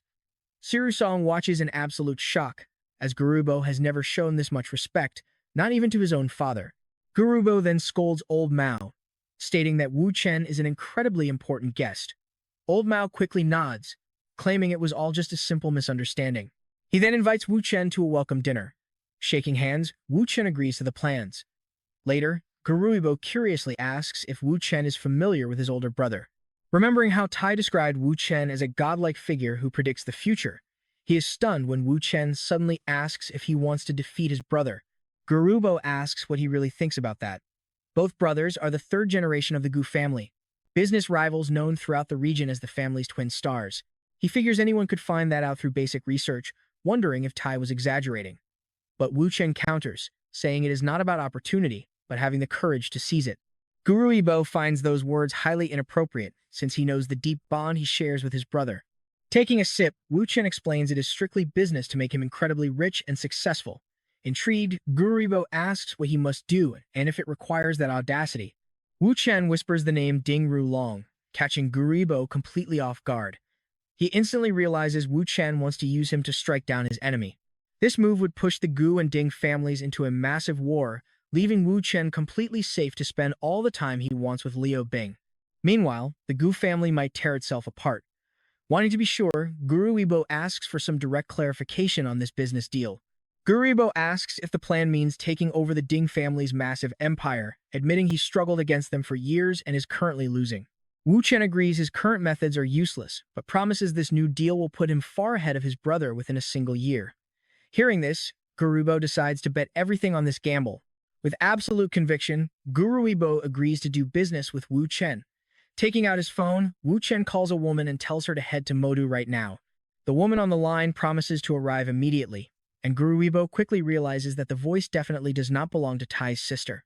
With a golden opportunity to surpass his rival brother, Guruibo resolves to follow Wu Chen as his ultimate leader. As an employee escorts Miss Wu Yurong inside, she walks straight to Wu Chen's sofa. And that's where we leave it, trust me. You and I need to see what comes next. You and I are diving straight into some crazy drama. Leaning in, she begs him to wrap up business quickly, while Wu Chen helps her sit, casually bringing up Sister Rang's recent stumbles. She greets Boss Gu, who quickly returns the gesture. Meanwhile, he keeps closely observing the scene, incredibly curious to find out what this proposed business deal will actually be. Since they are all on the same side, Wu Chen gets straight to the point. He explains the exact plan for Wu Yurong to pull her assets out of businesses tied to the Ding family. An hour later, Siruang admits the plans are incredibly detailed. He decides to make a quick call to have the files delivered, while he and Gurui both step outside for a smoke. Wu Yurong is completely amazed at how efficiently Wu Chen brought her a massive business partner without any warning. When she happily asks how she can thank him, he replies it is all part of his plan, and she was simply lucky to meet him. Wu Yurong stands up, telling him to spare her his lies. But seconds later, she boldly slides onto his lap, demanding he admit that he did all of this just for her. Leaning even closer, she whispers, asking if he plans to let Guruibo know about their secret. Wuwon replies there is no need to tell, but it is not a problem if he accidentally finds out. Now watch this tension. She asks if he fears a leak would ruin things with Li. While outside, Gurubo stares at his phone. Realizing he is not mistaken, she really is together with Wu Chen. He begins to wonder if this is even the same Wu Yurong he used to know. Guruibo recalls a grand ball where powerful men, including his father, desperately tried to win her favor. Even his uncle swore he would divorce his wife instantly if she agreed to marry him. He cannot comprehend how she ended up with Wu Chen, a 22-year-old, concluding this guy must be extraordinary. Seeing this, Gurubo finally understands Tai's words. He turns to the guests, suggesting they order dinner since they had almost completely forgotten about eating. Wu Chen's phone suddenly rings and he answers. Hearing Ruing's voice, Gaibo realizes she is Tai's sister and Wu Chen's real girlfriend, wondering why he would put this call on speaker. Li Robing asks if he is still busy and why he won't tell her what he is doing in Madu, but he just brushes her off, saying they will talk later. Wu Yurong steps close and asks if that is Miss Li. Gurubo panics in sheer despair, wondering if this is an open declaration of war against his official girlfriend. I know what you are thinking. This is pure madness. Li Robing asks if Wu Yurong is there, and he calmly confirms it, offering to let them talk directly. Gurubo feels this is worse than getting caught cheating. Li Robing convinces herself to forgive him because it is strictly for work. She tells him to focus on his business, gently promising that she will wait for him. Wu turns to Gurubo and asks him to order the dishes so they can talk business while eating. Gerbo nods, completely baffled by how Leroing tolerates this, admitting any man who can handle both women at once is a total legend. He then hands Wu Chen a confidential file containing all the dirty secrets he has gathered on Ding Lu Long over years of intense investigation. Wu explains his strategy of using proxy agents to buy up shares, while quietly contacting minority shareholders. They agree that once they hit their target percentage, they will completely seize control of the company. Gurui Bo realizes that with his family influence, Wu Yurong's elite connections, and the raw intelligence provided by Wu Chen, defeat is absolutely impossible. Wu mentions that since the deal is nearly closed, it is time to discuss how they split the shares. Guru Bo reacts immediately, realizing his suspicions were completely correct. He proposes saving 5% for expenses, leaving 60% for Wu Chen and Wu Yurong. She is shocked since she expected 40, and as Wu calculates Guru Bo's 35% cut, you and I are left wanting more. Let's jump right into this scene where he considers this the beginning of a friendship, while Wu Chen toasts to their highly fortunate new partnership. Later on, Wu Yurong tells Wu Chen they have been talking for way too long. She demands he lie down and let her take full control, before sitting on the bed realizing she needs another bath. Over the phone, Li Robing asks if his work is finally done. He confirms he just finished, wondering why she is still awake and waiting up for his call. Li Robing explains she is working late at the office and cannot come home. She then asks about his business in Madu, prompting him to explain his plans involving Wu Yuang and Guru Bo. Soon, Li Robing grumbles that the other woman got lucky making billions just by sleeping with him, but Wu Yurong grabs the phone and mockingly tells her that jealousy does not suit her. Now pay attention, because Li Robing is not about to let her rival win. Denying any jealousy, she warns him to prepare for whatever punishment awaits him back in Donghai. He asks if this treatment is like last time, and she eagerly confirms she is looking forward to it as Wu Yurong watches, calling him completely shameless. Li Robing mentions that Ding Long called to apologize in person. Since no date is set yet, he tells her he will be back in 2 days. Wu Yurong ponders Ding Ru Long visiting Dong Hai and asks Wu Chen what his next move is. He simply smiles, promising to do something very interesting. She leans in, asking if Li Robing's punishment will also be interesting. When he confirms, she edges even closer, whispering that she wants a taste of that excitement too. Wu Chen picks her up, warning her to prepare herself. By morning, she is gone, leaving a note on the pillow reminding him to head back to Dong Hai and treat her. Here is where our journey takes a turn. He checks his phone and decides to message Hai Shuqing, setting up a meeting at her house in Dongpu. Arriving near New Century Park, he spots a young girl walking past. Recognizing her as Hai Xing, he calls out her name, making her turn around in confusion, wondering if they have ever met. Suddenly, Hai Shuqing dashes down the street, shouting for Xing to stop running. Terrified, the girl ducks behind Wu Chen and desperately signals him to stay quiet. She begs him for a favor, asking if he has seen her 14-year-old daughter who just bolted. Wu Chen awkwardly clears his throat before responding. Moments later, Hai Shuqing spots her daughter and drags her out, asking if she is playing games. Placing a hand on her shoulder, she warmly thanks Wu Chen for his help. He brushes it off, asking if their fight was over a drawing. Startled, Hai Shuqing wonders how this complete stranger could possibly know about her daughter's secret sketches. That is when he reveals he is actually Mr. Xing Chen, the online recipient of those drawings.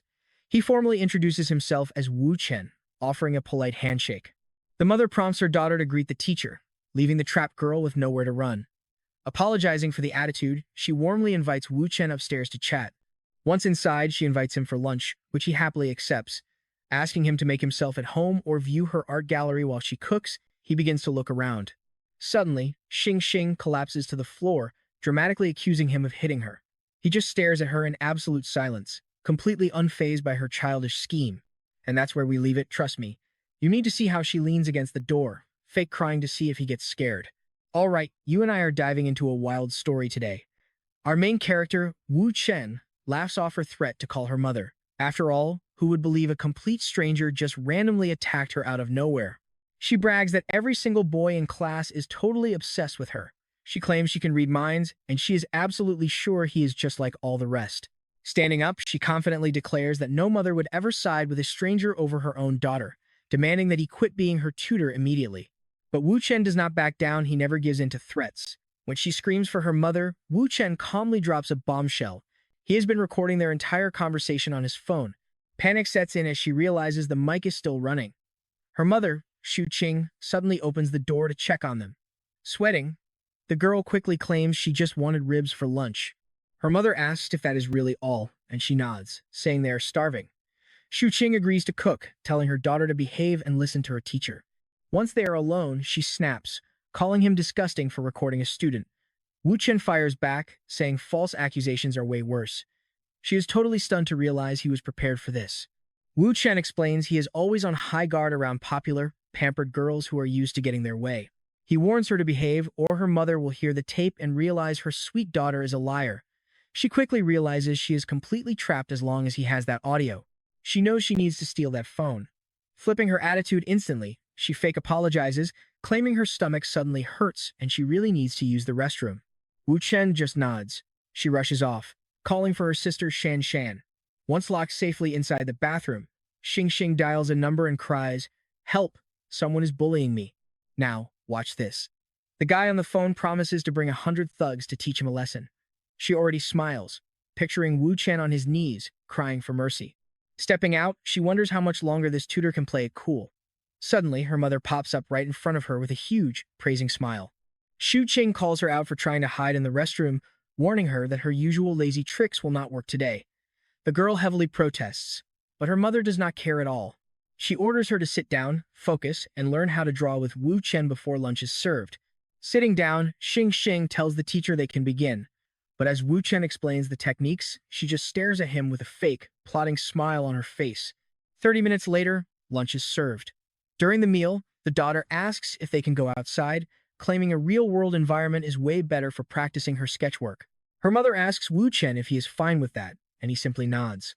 Soon, they are walking outside, and she smiles, saying, "We are here." Wu Chen suggests they go inside a nearby sports arena, but he instantly realizes this is not an art class when he spots a massive gang waiting for them. A thug sneers, saying he has been waiting for Wu Chen for a very long time. Xing Xin uses the distraction to shove her bag onto Wu Chen, running over to wave at her sister Shan Shan and the local boss, Mao Qi. She asks why he brought an entire army, but Mao Qi laughs, saying he just wanted to see the absolute idiot who dared to touch her. Another thug points directly at Wu Chen, mockingly calling him brave for messing with Xing Xing. The rest of the gang laughs, saying he is completely frozen in terror. With a wave of his hand, the leader orders them to attack. He turns to Xing Xing, asking how badly she wants him trashed. But in the background, one of the henchmen recognizes Wu Chen and panics, knowing he needs to warn his boss immediately. Mao Qi laughs at how merciful she is, ordering Wu Chen to kneel and apologize before he counts to 3. Wu Chen just scoffs, asking, "Does your family know what a big shot you pretend to be?"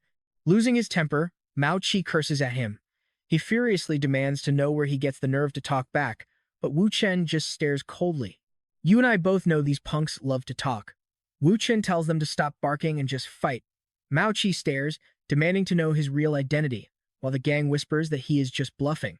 Mao Qi snaps, saying he has never met anyone this arrogant.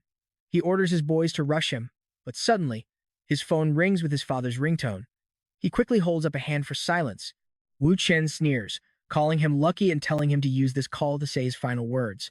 Mao Qi answers, and his father immediately screams, asking what trouble he is causing now.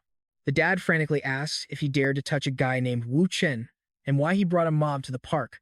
Mao Qi is completely lost. He stammers that he has not done anything yet.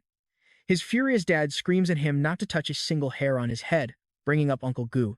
Mao Qi confirms Wu Chen is standing right there, and his father instantly orders him to hand over the phone. Shaking, he tells Wu Chen his dad wants to talk. The entire gang is utterly baffled. Wu Chen takes the phone and calmly greets Chief Mao. On the other end, the desperate father begs for forgiveness, pleading that this was all just a massive, foolish mistake by his idiot son. Wu Chen casually says it is fine. Chief Mao breathes a sigh of relief, thanking him repeatedly and promising to break his son's legs later before hanging up to handle some business. Wu Chen hands the phone back to Mao Qi and asks if they are still going to fight. Mao Qi immediately drops his ego, bowing and apologizing, claiming he had no idea they were friends. His men whisper among themselves, utterly shocked that this random kid suddenly outranks their boss. The girls watch from a distance, completely confused about how Mao Qi just addressed the new tutor. Xing Xing mutters that he called him Uncle Wu. Suddenly, Mao Qi turns on his own men, roaring at them to shut their mouths and apologize to Uncle Wu, slapping one of them for being so slow to react. One thug quickly bows in deep apology, and the rest of the gang immediately falls in line behind him. Now, the entire crowd is bowing to Wu Chen, begging for mercy. Looking totally bored, he tells them to stop acting like street thugs and get lost. Mao Qi instantly orders everyone to pack up. Mao Qi announces that Uncle Wu has spoken and bids them goodbye. Xing Xing tries to sneak away in the chaos, never imagining her backup plan would blow up in her face like this. But Wu Chen grabs her by the hoodie, asking where she thinks she's going. She spins around, desperately claiming it was all a misunderstanding, begging him not to tell her mom and promising to behave. He raises an eyebrow, asking if she really means it. She nods rapidly, saying he is way cooler than Mao Qi, and she is officially on his team. Right then, Wu Chen gets a text inviting him for drinks at a high-end club. He tells Xing Xing they will resume her drawing lessons tomorrow and orders her to go straight home. She eagerly agrees. A host welcomes Wu Chen, guiding him inside to sit down. As he settles in, he wonders what Chief Gu and Chief Mao are doing here. Suddenly, Gu Ruibo, Mao Rusong, and a trembling Mao Qi walk in. Without warning, Mao Rusong slaps his son hard across the face. He bows, explaining he wanted to offer a sincere apology to Wu Chen, bringing Gu Ruibo along as an official witness. Wu Chen just nods. Wu Chen tells Chief Mao not to sweat kid stuff. Relieved and deeply grateful, the boss hands him a VIP card to enjoy the club. Later that night, a sleepy Wu Chen enters a private room. As he looks up, he spots a stunning woman sitting on the bed. He recognizes her as Duan Xiaoli, the woman reserved for Ding Rong. And trust me, you and I know this is about to get very interesting. All right, let's dive into this wild scene. She turns in shock, asking if he's Mr. Wu, before stepping closer to help him undress. She points him toward the bath to relax, and he gladly agrees. But while he is soaking in the tub, she suddenly slides in and asks if the water feels nice, getting a casual nod in return. Now pay attention here. She offers to rub his back, but as she joins him, he suddenly asks if she is Xia, leaving her completely stunned. He claims he knows her name and exactly how she feels, leaving her totally confused. He then asks if she is pleased that he is a handsome young man instead of the out-of-shape older guy she expected. Trust me, you and I need to see what happens next. He lifts her chin, teasing her about serving him with zero experience. All right, you and I are about to witness the tragic past of our female lead. Her parents ran up a massive 5.7 million debt, forcing poor Zhang Xiaowei to work 3 grueling jobs while still in school. But despite years of brutal saving, loan sharks jack up her family's debt to over 8 million. That is when a mysterious man offers her a devastating choice. He will wipe the debt clean if she serves a powerful big shot. Now, pay attention here. Back in the present, she is determined to pass this test. Zhang Xiaowei nervously confesses to Wu Chen that despite having zero experience, she did all of her homework to prepare. To her surprise, he reveals he was only joking. Later in bed, she softly asks if she can turn off the lights, and he replies that she is completely in charge tonight. As they lie down, he realizes she truly prepared herself. The next morning, she finds him dressed and asks if he is leaving, but he gently holds her face, and that is where we leave them, hoping she drops the formality. He mutters, "I'm not affectionate. Get some rest. I'll return once I fix this." And that's where we leave it. Trust me, you'll want to see what happens next. Let's dive into a crazy encounter. A woman invites Professor Wu Chen over, saying her daughter Xinshin is waiting for tutoring. But as he sips his coffee, his mind is entirely on a trip to Donghai. Out of nowhere, he asks if she is afraid Ding Ruong will find out she fled the city with her daughter. Instantly, she freezes. She realizes this guy targeted her specifically because of her connection to Ding Ruong. Right then, she remembers putting out an ad for an online tutor and how quickly he had jumped to apply for the position. Realizing he knows everything about her past, she feels completely trapped. But Wu Chen calmly reassures her that Ding Ruong won't care as long as she doesn't take her daughter out of the country. She eyes him with pure suspicion, asking if he is just trying to get close to her. Instead of answering, Wu Chen suddenly drops a bombshell named Dong Yuan Tao, and her face instantly drains of color. Now watch what happens. He suggests they take the discussion elsewhere. But as he leads her straight toward a hotel, she begins to panic about what he really wants. At the front desk, the clerk asks if they have a reservation. Wu Chen simply requests an executive suite, and once the clerk confirms one is open, he books just a single room. The clerk takes their identification cards and hands over the key for the 16th floor. Riding up the elevator, she demands to know why here, but he insists it is the only safe spot. Furious, she snaps, asking why men can never just behave like normal human beings, but he merely signals for her to be quiet, promising they will talk once they are inside. Stepping inside, Wu Chen tells her to make herself comfortable, wondering why she is standing so stiffly. He sits down on the bed, looking up to ask why she is still crying. She breaks down, sobbing that he is no gentleman and is just like every other trashy guy. But trust me, you and I are about to see a massive twist as Wu Chen calmly tells her she has got it all wrong. All right, you and I are about to witness one crazy confrontation. She provokes him, telling him to just do whatever he wants. Lifting her dress, she tells him to finish quickly and never look for her again. But Wu Chen snaps back, saying she has no idea who he really is. He asks what her daughter, Xingxin, would think of her acting like this. Furious, she demands to know why he hugged her, daring him to deny it. Surprisingly, Wu Chen admits that the embrace was completely intentional. She coldly tells him to finish his business and leave. That is when Wu Chen reveals the truth. It was all done deliberately because of Ding Rulong. Raising his hands to calm her down, he reassures her that Ding Rulong is not there. He asks her to get dressed so they can talk. Now calm her, she asks what he wanted to show her. Wu Chen explains that the hallway surveillance camera recorded him hugging her right as they entered the room. He invites her to sit down so they can finally talk. As she settles on the edge of the bed, Wu Chen explains. Ding Rulong is tracking her movements and will see the footage of them entering the hotel together. Imagine what kind of drama that will trigger. Hearing this, Xuqing is visibly shaken, asking if he holds a deep grudge against Ding Rulong. She warns him that he is taking things way too far. Now watch closely. With a slight smile, Wu Chen asks if she knows Li Ruobing. When she says yes, he drops a bombshell. Li Ruobing is his woman. Wu Chen continues, stating that in the end, one of them must die, and his entire family is on the line. He proposes a plan if she testifies to the Dong family that Ding Ruilong killed Dong Yuantao.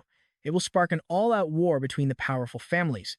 He adds that he already secured an agreement with the Li family to sever ties with the Dings.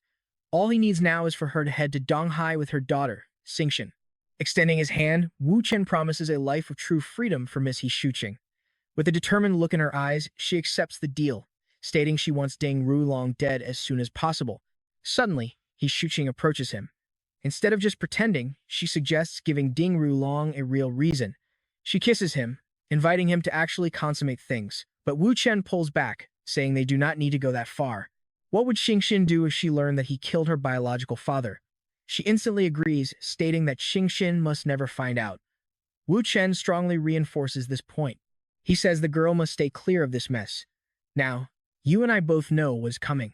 He proposes sending them abroad after her testimony, but Xuqing cuts him off with a personal request. Pulling down her dress strap, she admits she wants to truly betray Ding Rulong, not just fake it. But he stops her cold, explaining that would only complicate things and she must stay rational to work with him. 2 hours later, Wu Chen puts on his jacket. He states that they have spent enough time in the room, and it is finally time to leave. Once outside, he tells her to pack her and Xinxin's belongings so they can return to Donghai the next day, and she agrees. Meanwhile, Chief Mao approaches Wu Chen, offering a small gesture for his signature after hearing about his departure. Wu Chen questions the transfer of 45% of a company's shares valued at 200 million for only 1 yuan. The chief simply replies that it is a small gesture of their friendship. Wu Chen notes they are already friends, but declines since holding shares under his own name while investigating Ding Rulong would be highly inconvenient. Seeing his hesitation, Chief Mao suggests he simply appoint an agent to represent him. After thinking for a moment, Wu Chen agrees to call someone since the chief insists. When she arrives, a shocked Zhuang Xiaoying asks if he really wants her to sign this contract and if it is for her. Sitting between the two men, she wonders why she is suddenly receiving shares valued at 100 million. Chief Mao clarifies the deal was meant for Mr. Wu, but her signing as the agent ensures everything remains perfectly clean. He encourages her to go ahead and sign, assuring her the contract is completely secure. As Yuang Xiaoying signs the papers, Chief Mao watches her every move intently.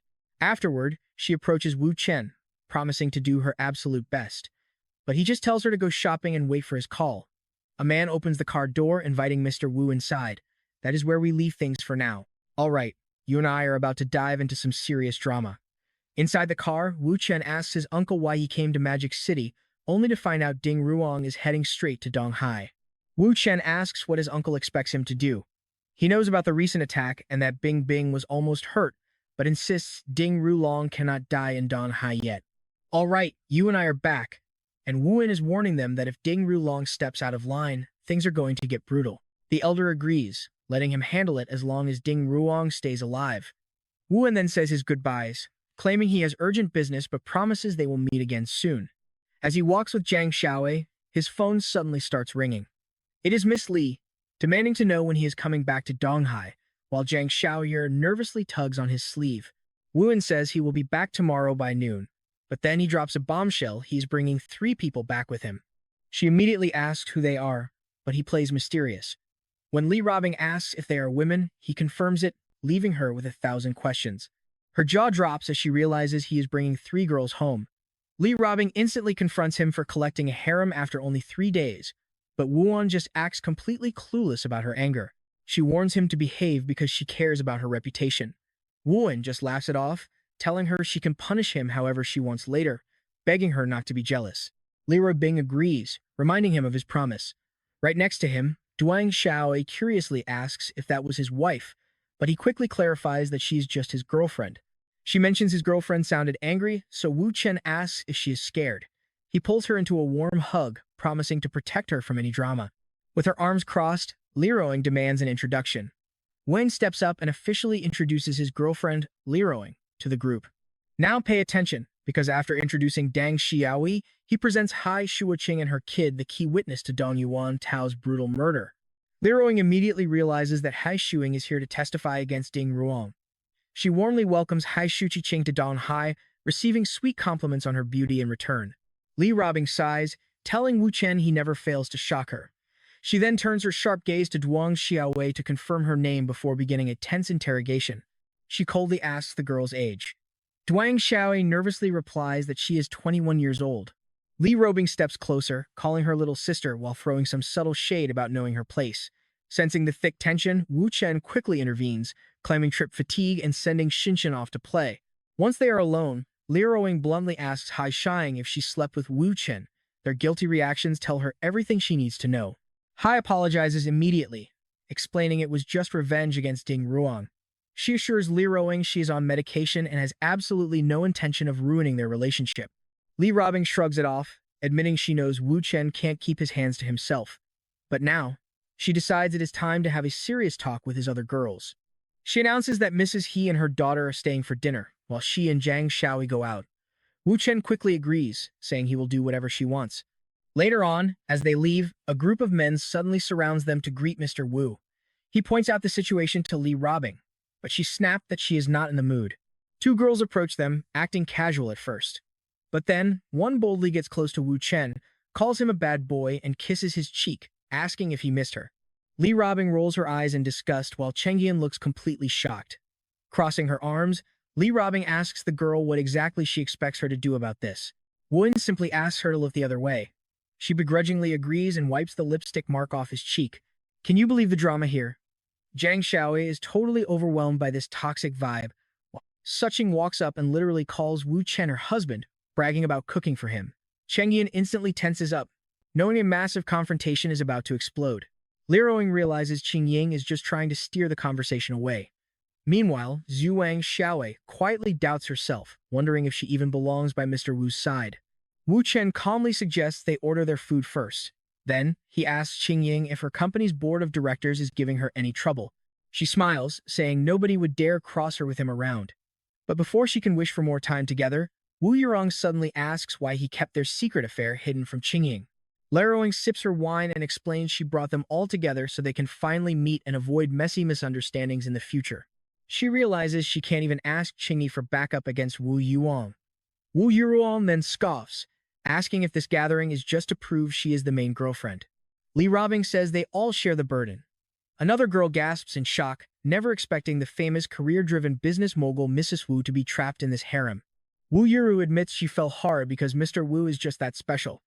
She then admits she was shocked to see Qinggan, a literal student, here too. Chenggen proudly points out she met him before Qing Ying did.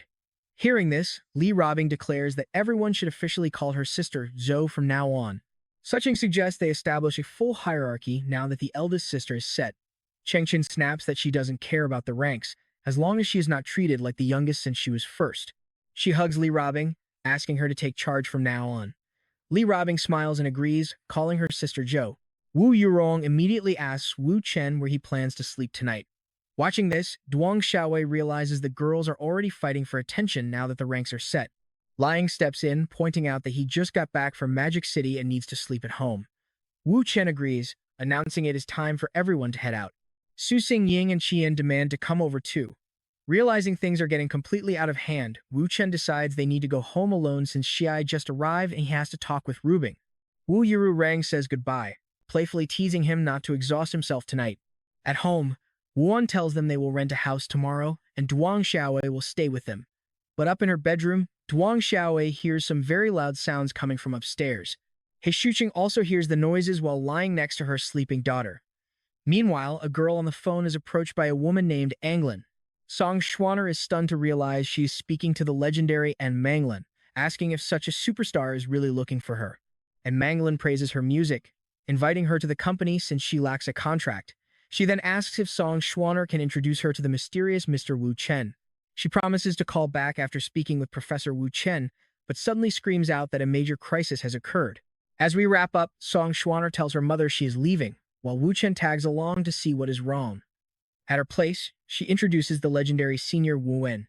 Trust me, you and I need to see what happens next. She explains that he also studied at Donghai University, and her mother absolutely insisted on meeting him once his music started blowing up. The woman introduces herself as Wu Yurang, and Wu Chen greets her back. After learning he is 22, she notes the age gap with her daughter and asks if he is a Donghai native. He replies that he came from a small inland town. Wu Yurang asks what he does there, but Suiner cuts in, asking why she is being so nosy before handing Wu Chen a contract for his hit songs. She leaves him to review the document while she heads to the restroom. Now alone, Wu Yurong boldly asks if he wants her to call him Xiaowu or husband. Wu Chen calmly says he will just review the contract. She stands up, warning him she won't tolerate his cold attitude tonight, especially since he spent yesterday with Li Ruining. He tells her to sit down, knowing Song Suwon will be in the restroom for a bit. But suddenly, Suwon walks back in and catches her mother hugging the senior. Wu Yurong tries to explain, but her daughter runs away, shouting she does not want to hear it. Seeing this, Wu Chen decides to reset the day to fix this mess, promising her they will talk later. He silently reflects on how incredibly unlucky this day has turned out to be. Later in his car, he thinks about how many other things went wrong today besides that incident. We flash back to Wu Yurong sitting on the sofa, asking what she should call him. She stands up, complaining that he is being way too cold after spending yesterday with Li Ruining. Wu Chen instantly warns her to sit down in 3 seconds or regret it. Confused, she approaches and asks what is going on. He just stares her down and gestures for her to freeze right there. Right then, Suwon decides to skip the bathroom to tell the senior something important. Wu Yurong scrambles back to her seat, barely avoiding being caught while wondering how Wu Chen predicted this. The young woman tells him that Menglin wants to sign her and has also shown a strong interest in recruiting him too. Hearing Menglin's name, Wu Chen instantly recalls a highly chaotic reincarnation cycle he once shared with her. Song Suwon asks if she can share his number, suggesting they sign a contract together. Right then, her mother interrupts to question the hasty decision of signing with a major company without discussing it with her first. Seeing her hesitation, Suwon hugs her mother tightly and begs for permission, promising she will take music seriously without letting it affect her university studies. After thinking it over, Wu Yurong agrees, on the condition that she oversees the entire process. Thrilled, Suwon celebrates and tells the senior that everything is up to him now. At the table, Wu Chen replies that out of respect for Wu Yurong, he will let her daughter share his number, even though he has zero interest in debuting. The young woman leaves to call Menglin, asking them to stay seated. Wu Yurong casually wonders if Suwon will pop back in, and Wu Chen dryly warns her that she better not sit on his lap. Shocked, she asks if he is a psychic and begs him to reveal his secrets. He just smiles, asking her what exactly she wants to hear. Shaking it off, she tells him to forget it. Soon, Wu Chen stands up to leave, telling her to have Miss Song message him if she wants to schedule a session for a new track. Watching him walk away, she notes how incredibly impressive this mysterious man is. Later, at Old Dao's lodge in 6th District, a guard calls out for Mr. Wu. After asking where the target is, Wu Chen is told that they are inside and gets invited to follow him in. Stepping inside, he coldly tells Zhang Chuan that since he is here, escaping or dying without permission is impossible, warning him to abandon all useless ideas. Now pay attention, because finding Zhang Chuan was a massive blessing in disguise. The trap target wonders in pure shock how Wu Chen predicted his exact moves to protect his young master, finding this man far more terrifying than he ever imagined. Without missing a beat, Wu Chen states that Zhang Chuan, Ding Ruong, and Li Ruining want him dead, meaning cooperation is his only smart choice. The older man asks how he can be sure that giving up this information will help Wu Chen actually defeat the young master and the powerful Ding family. In response, Wu Chen brings up Zhang Chuan's family in the United States, threatening to orchestrate a fatal accident or hand them straight over to the ruthless Ding Rulon. Zhang Chuan panics, realizing that while the Ding family has no idea where his family lives, staying loyal to his young master means they will die by Wu Chen's hands. Stepping closer, Wu Chen repeats that joining him is the only option because either he or Ding Ruilong is going to die. Sweat pours down Zhang Chuan's face as he mentally surrenders. He orders his men to untie the ropes and look after the hostage, keeping him secured there. The henchmen quickly agree, telling Mr. Wu he has absolutely nothing to worry about. Checking his phone, Wu Chen sees it is 4:15 and figures the two targets he is waiting for are already heading toward the cafe on Jingyang Street. 20 minutes later, he is waiting. A couple arrives right on time, and as he watches them, let's pause, because what is coming next will blow your mind. He mutters, "Not bad." In the recorded video, the man asks if she's going back home. She replies she has to go because old Wu will get suspicious if she does not. He cautiously asks if her husband suspects anything, but she reassures him it was just a casual question. The man then admits he hit his own wife during their last fight, making the woman ask if she is starting to suspect their affair. Before she can speak, he hands her a banana, suggesting they head to a hotel. On screen, she asks why he cannot be decent, but he smugly asks if that lack of decency is not exactly what she loves. Having recorded this entire secret meeting, Wu Chen smiles, noting it is finally time to go meet Brother Lei. Soon, he calls Zhang Xiaoyi, telling her that since Ruining went to work, he will pick her up for Shihan Mansion. When they arrive, a hostess greets Mr. Wu, saying the godfather is on a call but will be down shortly. Zhang Xiaoyi, walking beside Wu Chen, instantly recognizes the hostess as the famous celebrity Tao Menying, realizing his entire social circle is packed with powerful, elite figures. As Tao Menying serves tea, Lei Chong finishes his call inside, refusing to discuss the matter further. Turning around, he greets Wu Chen and asks about the beautiful young woman standing right beside him. Wu Chen calmly introduces her as his woman, Zhang Xiaoyi. Lei Chong suggests the ladies chat while they head to his office, mentioning he was recently suspended from their exclusive circle.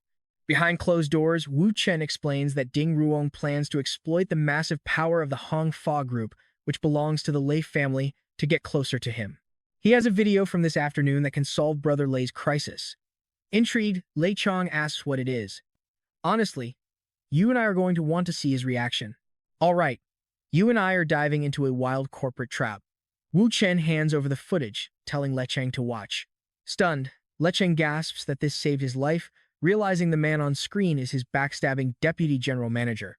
He points out the woman as old Hu's wife, explaining that Hu Shilin is a key supplier for the Hong Fa group and the chairman of Donghai's Jirui Electronics.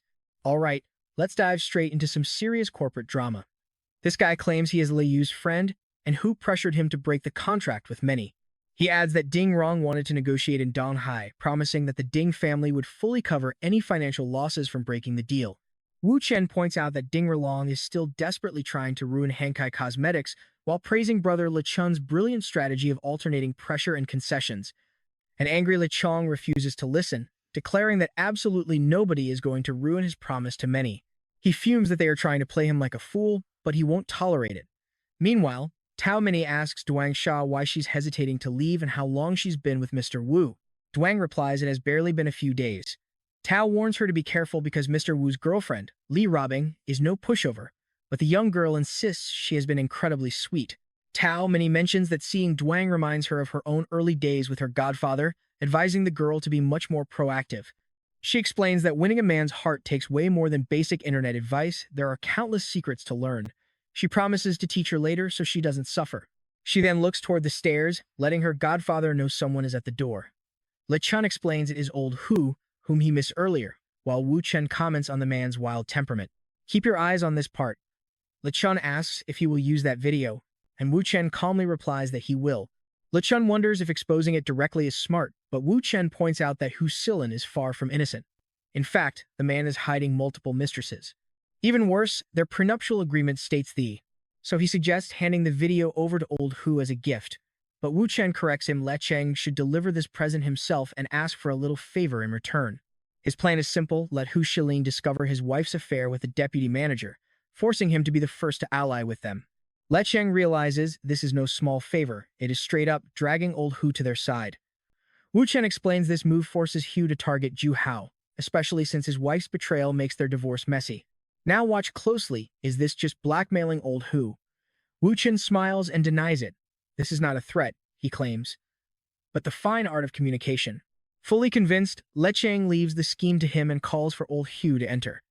Out in the hallway, Hu Shilin offers to wait downstairs since his host has visitors, but he is quickly welcomed inside like family. Le Cheng introduces his new ally, Brother Wu, to the visitor. Wu Chen warmly greets Chief Hu, and the men sit down to talk. Hu Shilin admits he is worried about Le Cheng targeting his own brother, but they quickly assure him that this conflict won't touch him. Puzzled, the visitor warns them that interfering in the affairs of powerful, elite families is always a dangerous game. Hu suggests that Miss Tao fake an injury to save face, but Le Cheng quickly denies having any close connection with Li Robing. Curious, Hu asks why they are messing with Huang Kai Cosmetics, only to hear it is because of his brother. And trust me, you and I are about to see his jaw drop when he learns Li Robing is Wu Chen's girlfriend.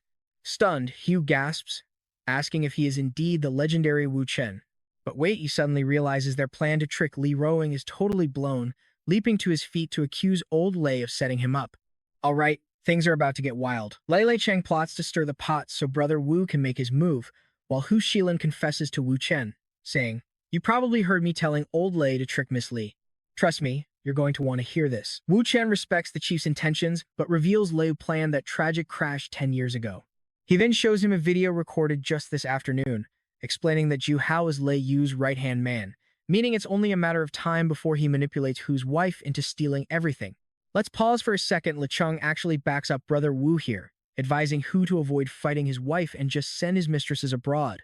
And that's where we're left as Hu Shilin desperately wonders how old Lei found out about the mistress. Wu Chen is already planning their next move, knowing that proving Lu is the mastermind will finally bring Ju Hao down.